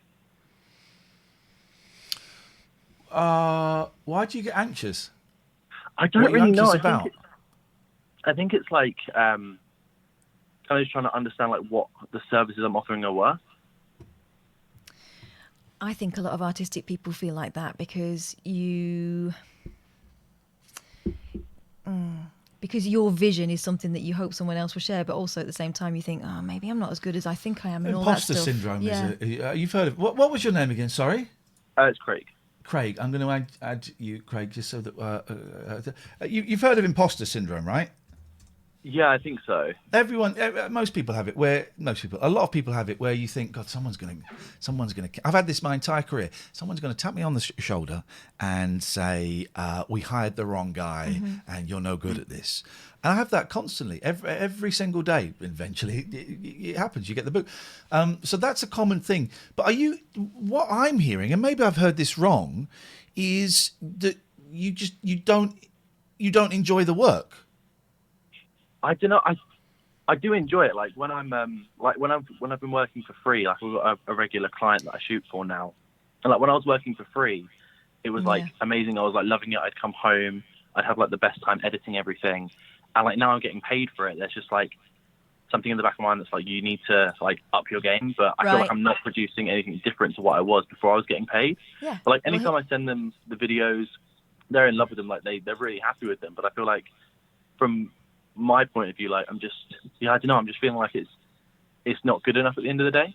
That's really interesting. So the fact that they're paying you puts more pressure on you, makes you feel like you should be doing something. Yeah, pretty much. Like, isn't that interesting? And I've from the work with them, I've got like other clients, and there's someone at the weekend I'm shooting for, and I was like, for hours I just left their message just unread on my phone, just trying to think about what to say next. And usually it's not a problem. Like I'm never really an anxious person at all. But it's just like now that it's coming to the point where I'm thinking like this could be like developing into a career. Mm-hmm. Which is what you thought you wanted.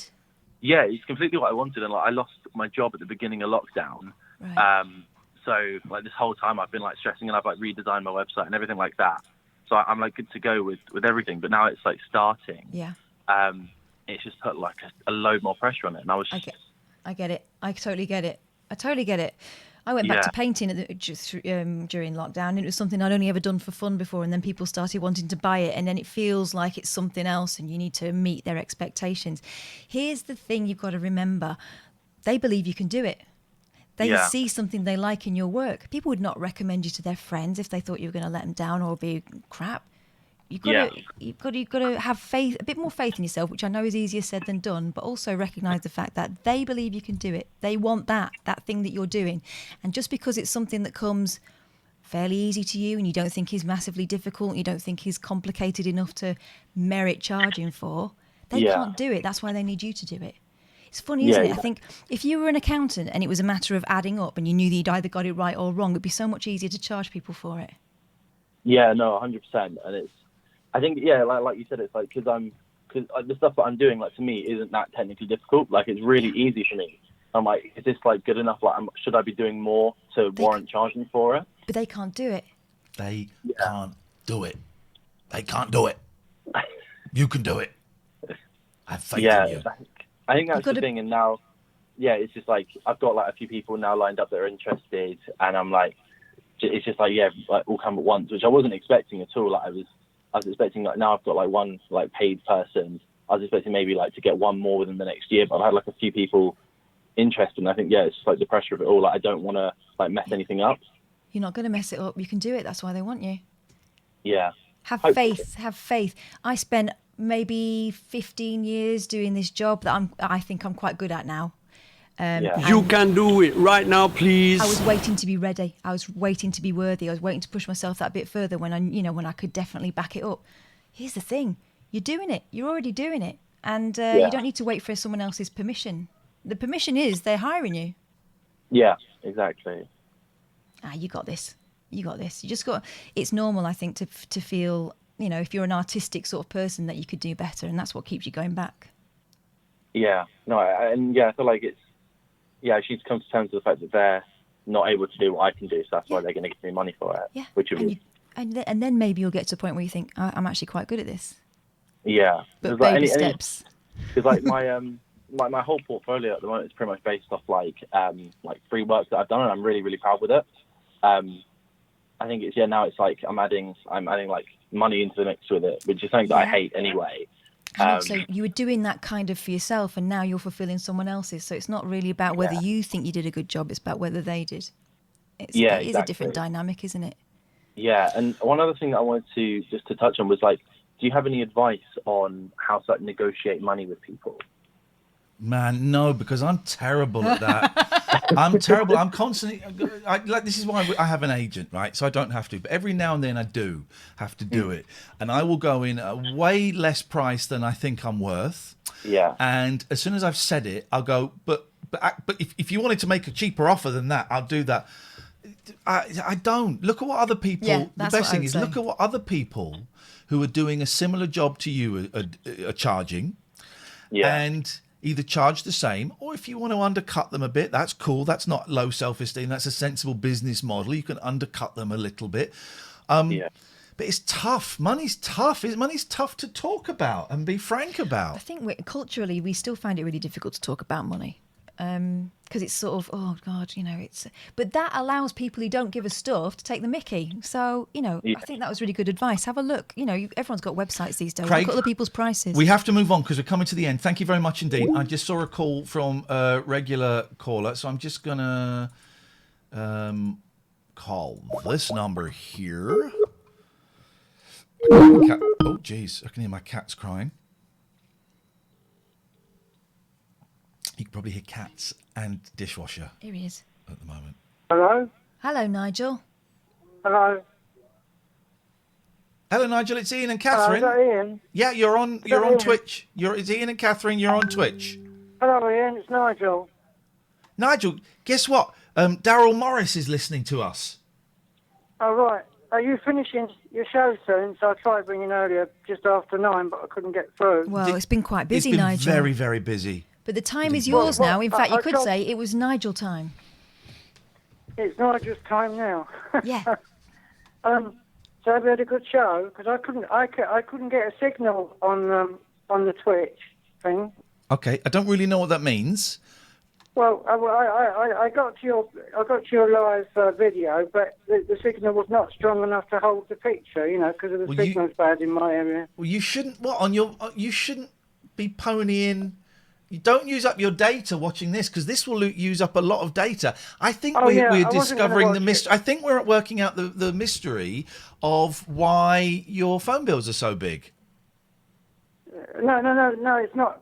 I get it less now. They've altered that, so I don't have to worry. They don't charge me for the video. Watch Twitch. Don't watch Twitch on using your data. Oh, is there a charge on that then? There is a charge on using the internet on your data and not on your Wi-Fi. Oh, right.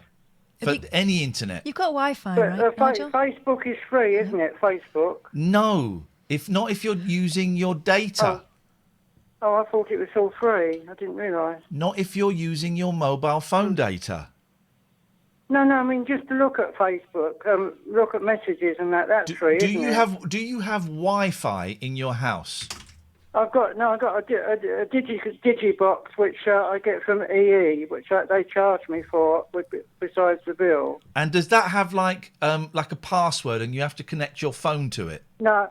Oh no, it's nothing to do with the phone. It's separate. But at the moment they're not charging me for using the internet, just the phone. I'm just paying a phone bill. Yeah, but the data is data. You get like a certain amount of data for free, and then once you go over that, it starts costing you money. Oh, well, that's true. Yeah. So, but Yes. it's more expensive to listen to your show than it is talk radio. Then. Well, no, it's possibly because it's got video, so it's more data. Because you've got video as well. That's right. Yeah. Anyway.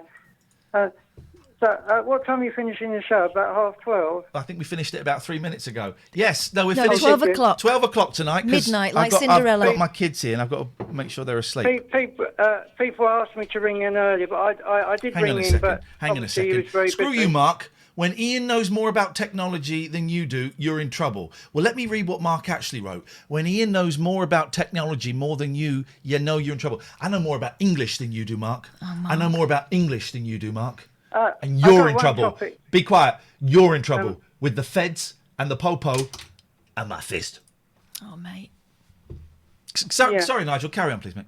I'm talking to people in the street. I've got some friends in Tunbridge. I sat down and had a chat with one of my friends. And he reckons that it's not half as bad as you think, the virus that's going around, because he thinks it's more of a scam. Is he a doctor?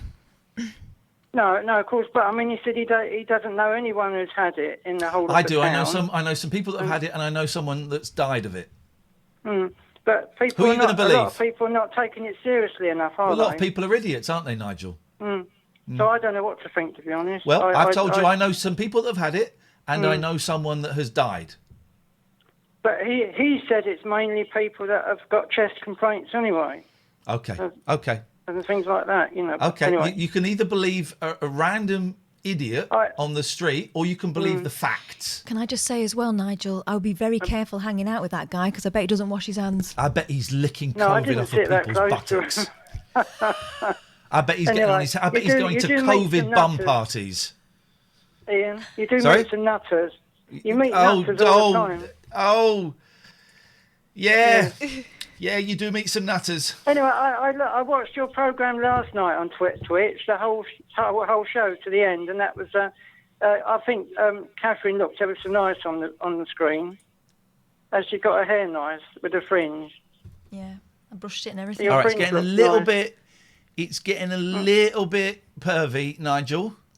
Yeah, but I think you did a good job of the show anyway. Yeah, doing we're good jobs professionals. of We're the show. best. We're the best. Yes. So And I can hear. night. I can hear Daryl Morris scribbling down notes on how to do. I can hear you, Morris. I know what you're doing. We'll have to do a Nice to know radio you're show watching, from mate. my house next time. Thanks very much for your call, Nigel. That's never, ever, ever going to happen. Never going to happen. Still. That thing when you find out someone that you'd worked with in the past, loosely, work with loosely, it's not anyone from Talk, and you then you had a little bit of a kind of tete-a-tete with them. A set to? A tete-a-tete. Or an amuse-bouche? You had the words with them. Okay, yeah. And then you see that someone's atting you and them in a conversation in Twitter. Yeah. But you can't see their replies, Mhm. and you realise they've blocked you. Yeah. That. I thought, oh well. But his progress, I didn't feel bad, because I called him out for something once, and then I'd written to him more recently because I'd heard him producing something on another radio station. Oh, it's nice to hear you on there. He's doing all right. Blocked.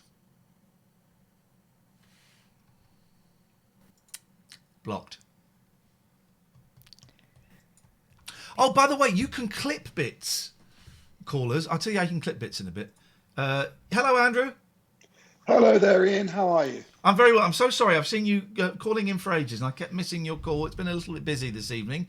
What can we do for you on this holy, holy night?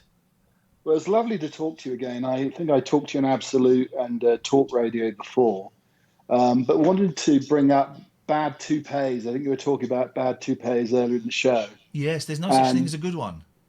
Well, I was thinking Connery's toupee in You Only Live Twice, where they basically put a toupee on and pretend he's Japanese for the entire movie. Oh God, yeah, that. Oh, that's the eyes and Kimono. oh God, look, there he is. There he is. That's outrageous, isn't it? There he is. And he and Look at his eyes. That's incredible. And he says bear, and he builds nest in bear. No, bird bear builds nest in bear tree or something like that. When he's being soaked down in the hot tub or whatever by those. Oh my gosh. Those But then ladies. wasn't he wearing a wig?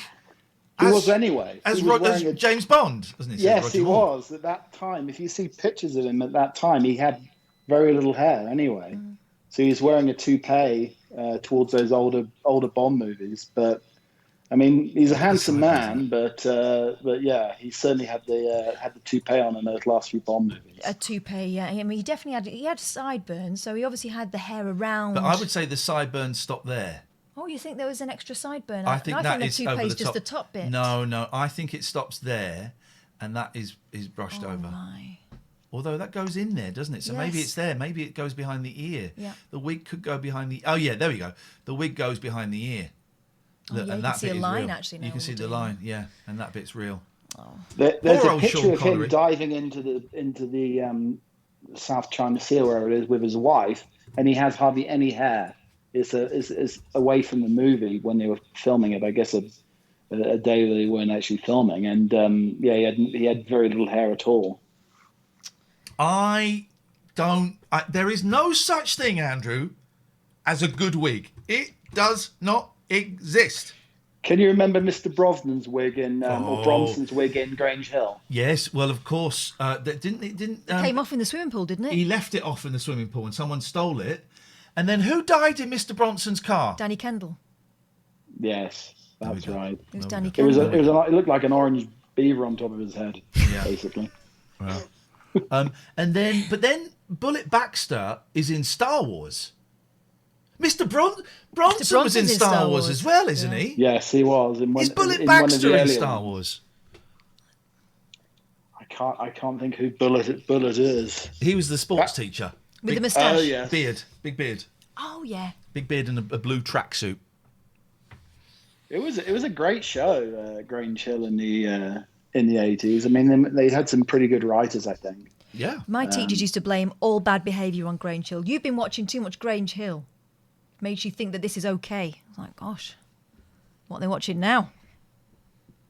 Andrew, listen, we have to go because we're coming up towards the end of the show, and I've just remembered we want to talk very quickly again about our friends, Gregorian Emerson Family Law Solicitors. They are unique in that they take a legal and psychological approach to every single case. So it's not you just go in and you sit down and go, so how much money do you want? What's the percentage of a kid's pension? All of that. They kind of listen and they ask about the feelings, about how it's going, and it's not an aggressive, we're going to get this. They avoid all the he said, she said stuff.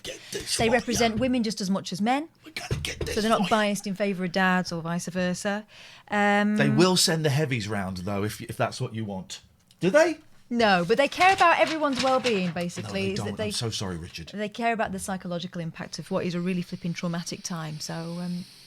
and Richard did send me more facts about the company, and I lost that email. That's how bad I am. But that is a fact. It is a fact. But I've had dealings with Richard. Bless you. Not legally, but I know that he has no helped out a lot of people that have listened to the show, Jerry in particular, and a couple of other instances. So Gregorian Emerson Family Law Solicitors, the website is there, gelaw.co.uk, and Somers Waste Solutions, I say. They will sort you out with a skip. They will dispose of your confidential information. Hazardous waste, not a problem. They'll help you with environmental compliance. Someone send the boys round, please. They've got a cat. Oh, they have got a cat. Hello, Bob. Hello, Bobby. Bobby, good boy. Look at the arrogance of that cat. Look at the arrogance. He doesn't live there. He's a stray, and he just goes in. But he owns the place, and of sits course. on the desks. It's outrageous behaviour. They will give you tailored, impartial management advice. Your one-stop solution for waste, and it can be a huge business. It can be a tiny little business. They will cover pretty much everything. They've sent me all the flyers and I've read them, and they'll do pretty much anything. They can certainly make your company greener, and they can help with all aspects of recycling. And the website is just up there. Sorry. They work nationwide. SommersWasteSolutions.com, and they will save you money. They may not guarantee it for legal reasons. I'm guaranteeing it. Let's go to 379. Good evening, 379.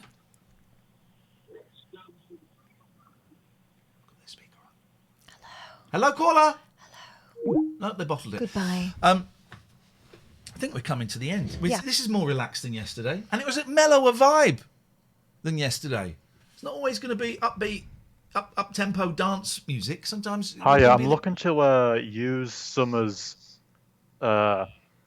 waste management. It's Summers Waste Solutions, and it's Sommers. Sommers, and I recommend you right, go to their website. Thanks very much.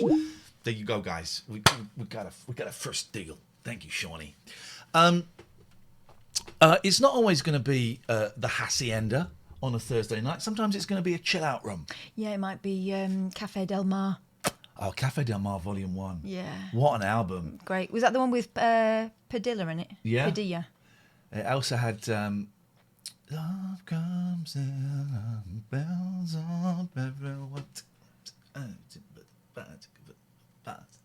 It's actually my favourite song of all time. It had a Paco de Lucia on it as well, didn't Can't it? remember. I used to just listen to it when I was very relaxed.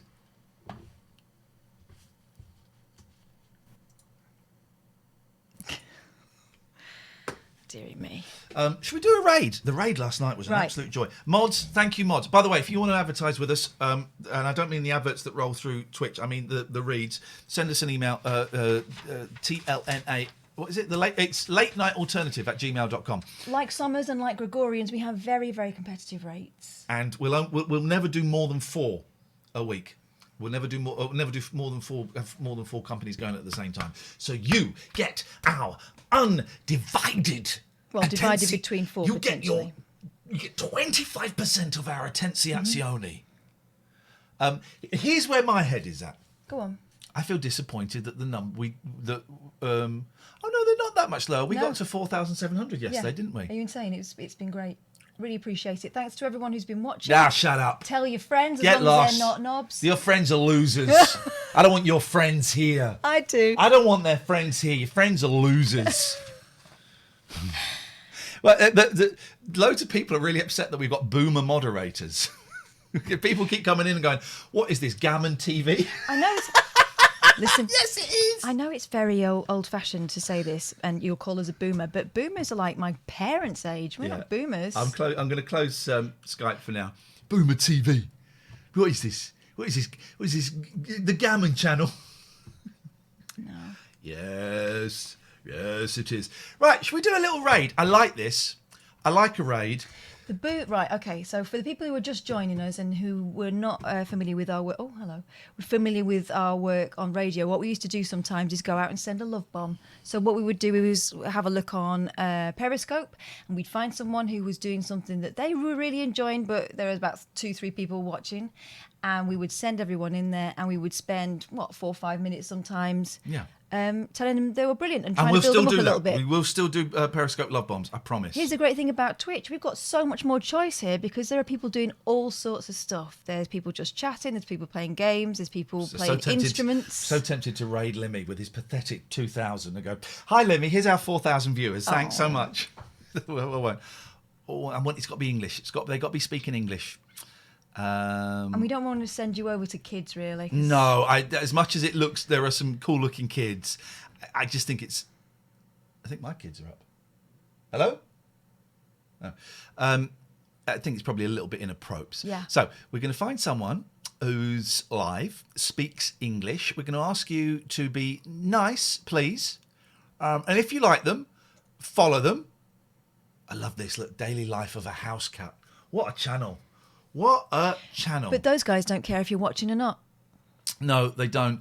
If you like them, follow them. It's lovely and it blows people's minds. She's just chilling. She's going to burn her hair doing that. Donation goal. He's only a kid. Look, donation goal $10. Let me just have a little. Oh no, he's too young. He's a baby. I don't. Hang on. I'm tempted to give him $10. Go on. Let me just give this. Hang on a minute. Let me just give this guy $10. Hang on. Let me just get my headies in. Oh, he's frozen. Hello. I'm a 13-year-old. I'm 13, small streamer. I love Fortnite, and I'm pretty sweaty. Is he? He's frozen. Either that or he's just really concentrating very hard. Hello? Oh, I'm going to give There him. he Let me is. just give this guy $10 because that's his donation target. Actually, hang on a minute. We're just doing anything about that. Troy. Actually, give him I'm gonna $40. restart then. I'm gonna drop the grappler.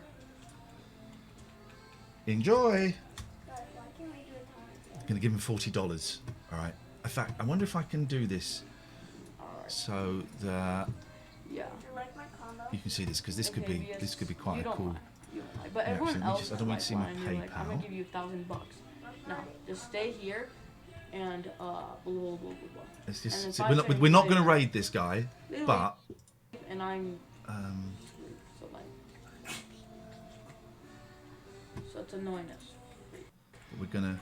Here we go. I'm ending the stream in 2 hours. Troy.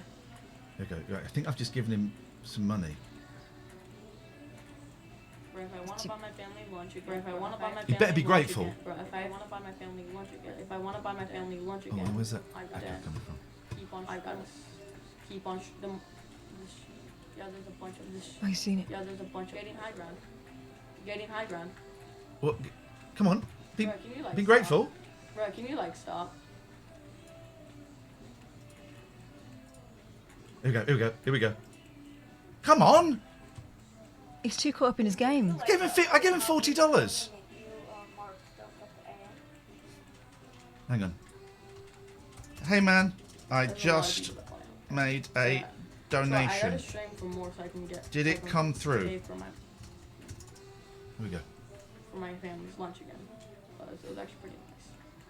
So the more I stream, the more possibility people can join, and if people feel like donating. Hi man, I just made a donation. Did it go through? All right, how much did you donate then? $40. Bro, I'm lagging. How much did you donate? I need to just know. $40? There's no way you did that. Hold on, let me check in a second. Try. Here we hold go. on. I Check need it to- now. I'm hiding this. Twitch is toxic. Emily is a boomer. Check it now. Okay, I'm gonna check it right now. Okay, hold up. You might make my day. Hold up. Here we go. Here we go. Here we go. Here we go. Let's listen. Shh.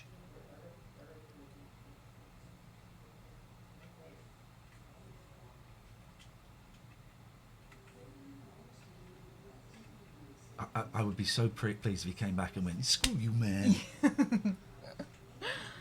What, you couldn't make it a 50? Screw you. Hold up, I'm about to check right now.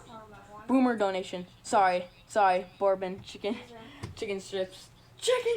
Hold up, I'm gonna check real quick. So I just Where's found the iPad? Where's the iPad? Oh, right here. Ban du Cactus.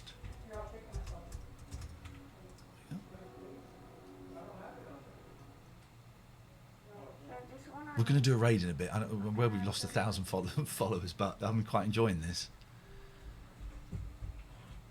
Alright, I'm Of course it's two people. I'm checking right now. I can literally buy my family lunch for so much. There's a kid there all the time. I didn't realize. It's real, mate. It is? Let me check. He's going to buy his family lunch. Because I don't always trust anything. Stream. Labs. I'm checking. Boomer tried to ban me from another user channel. People laugh. Oh my god. Just Jokes, check it. They aren't boomers. True. God. You don't want to be rude. I'm check. This is lovely, isn't it? Elite. I'm checking right now.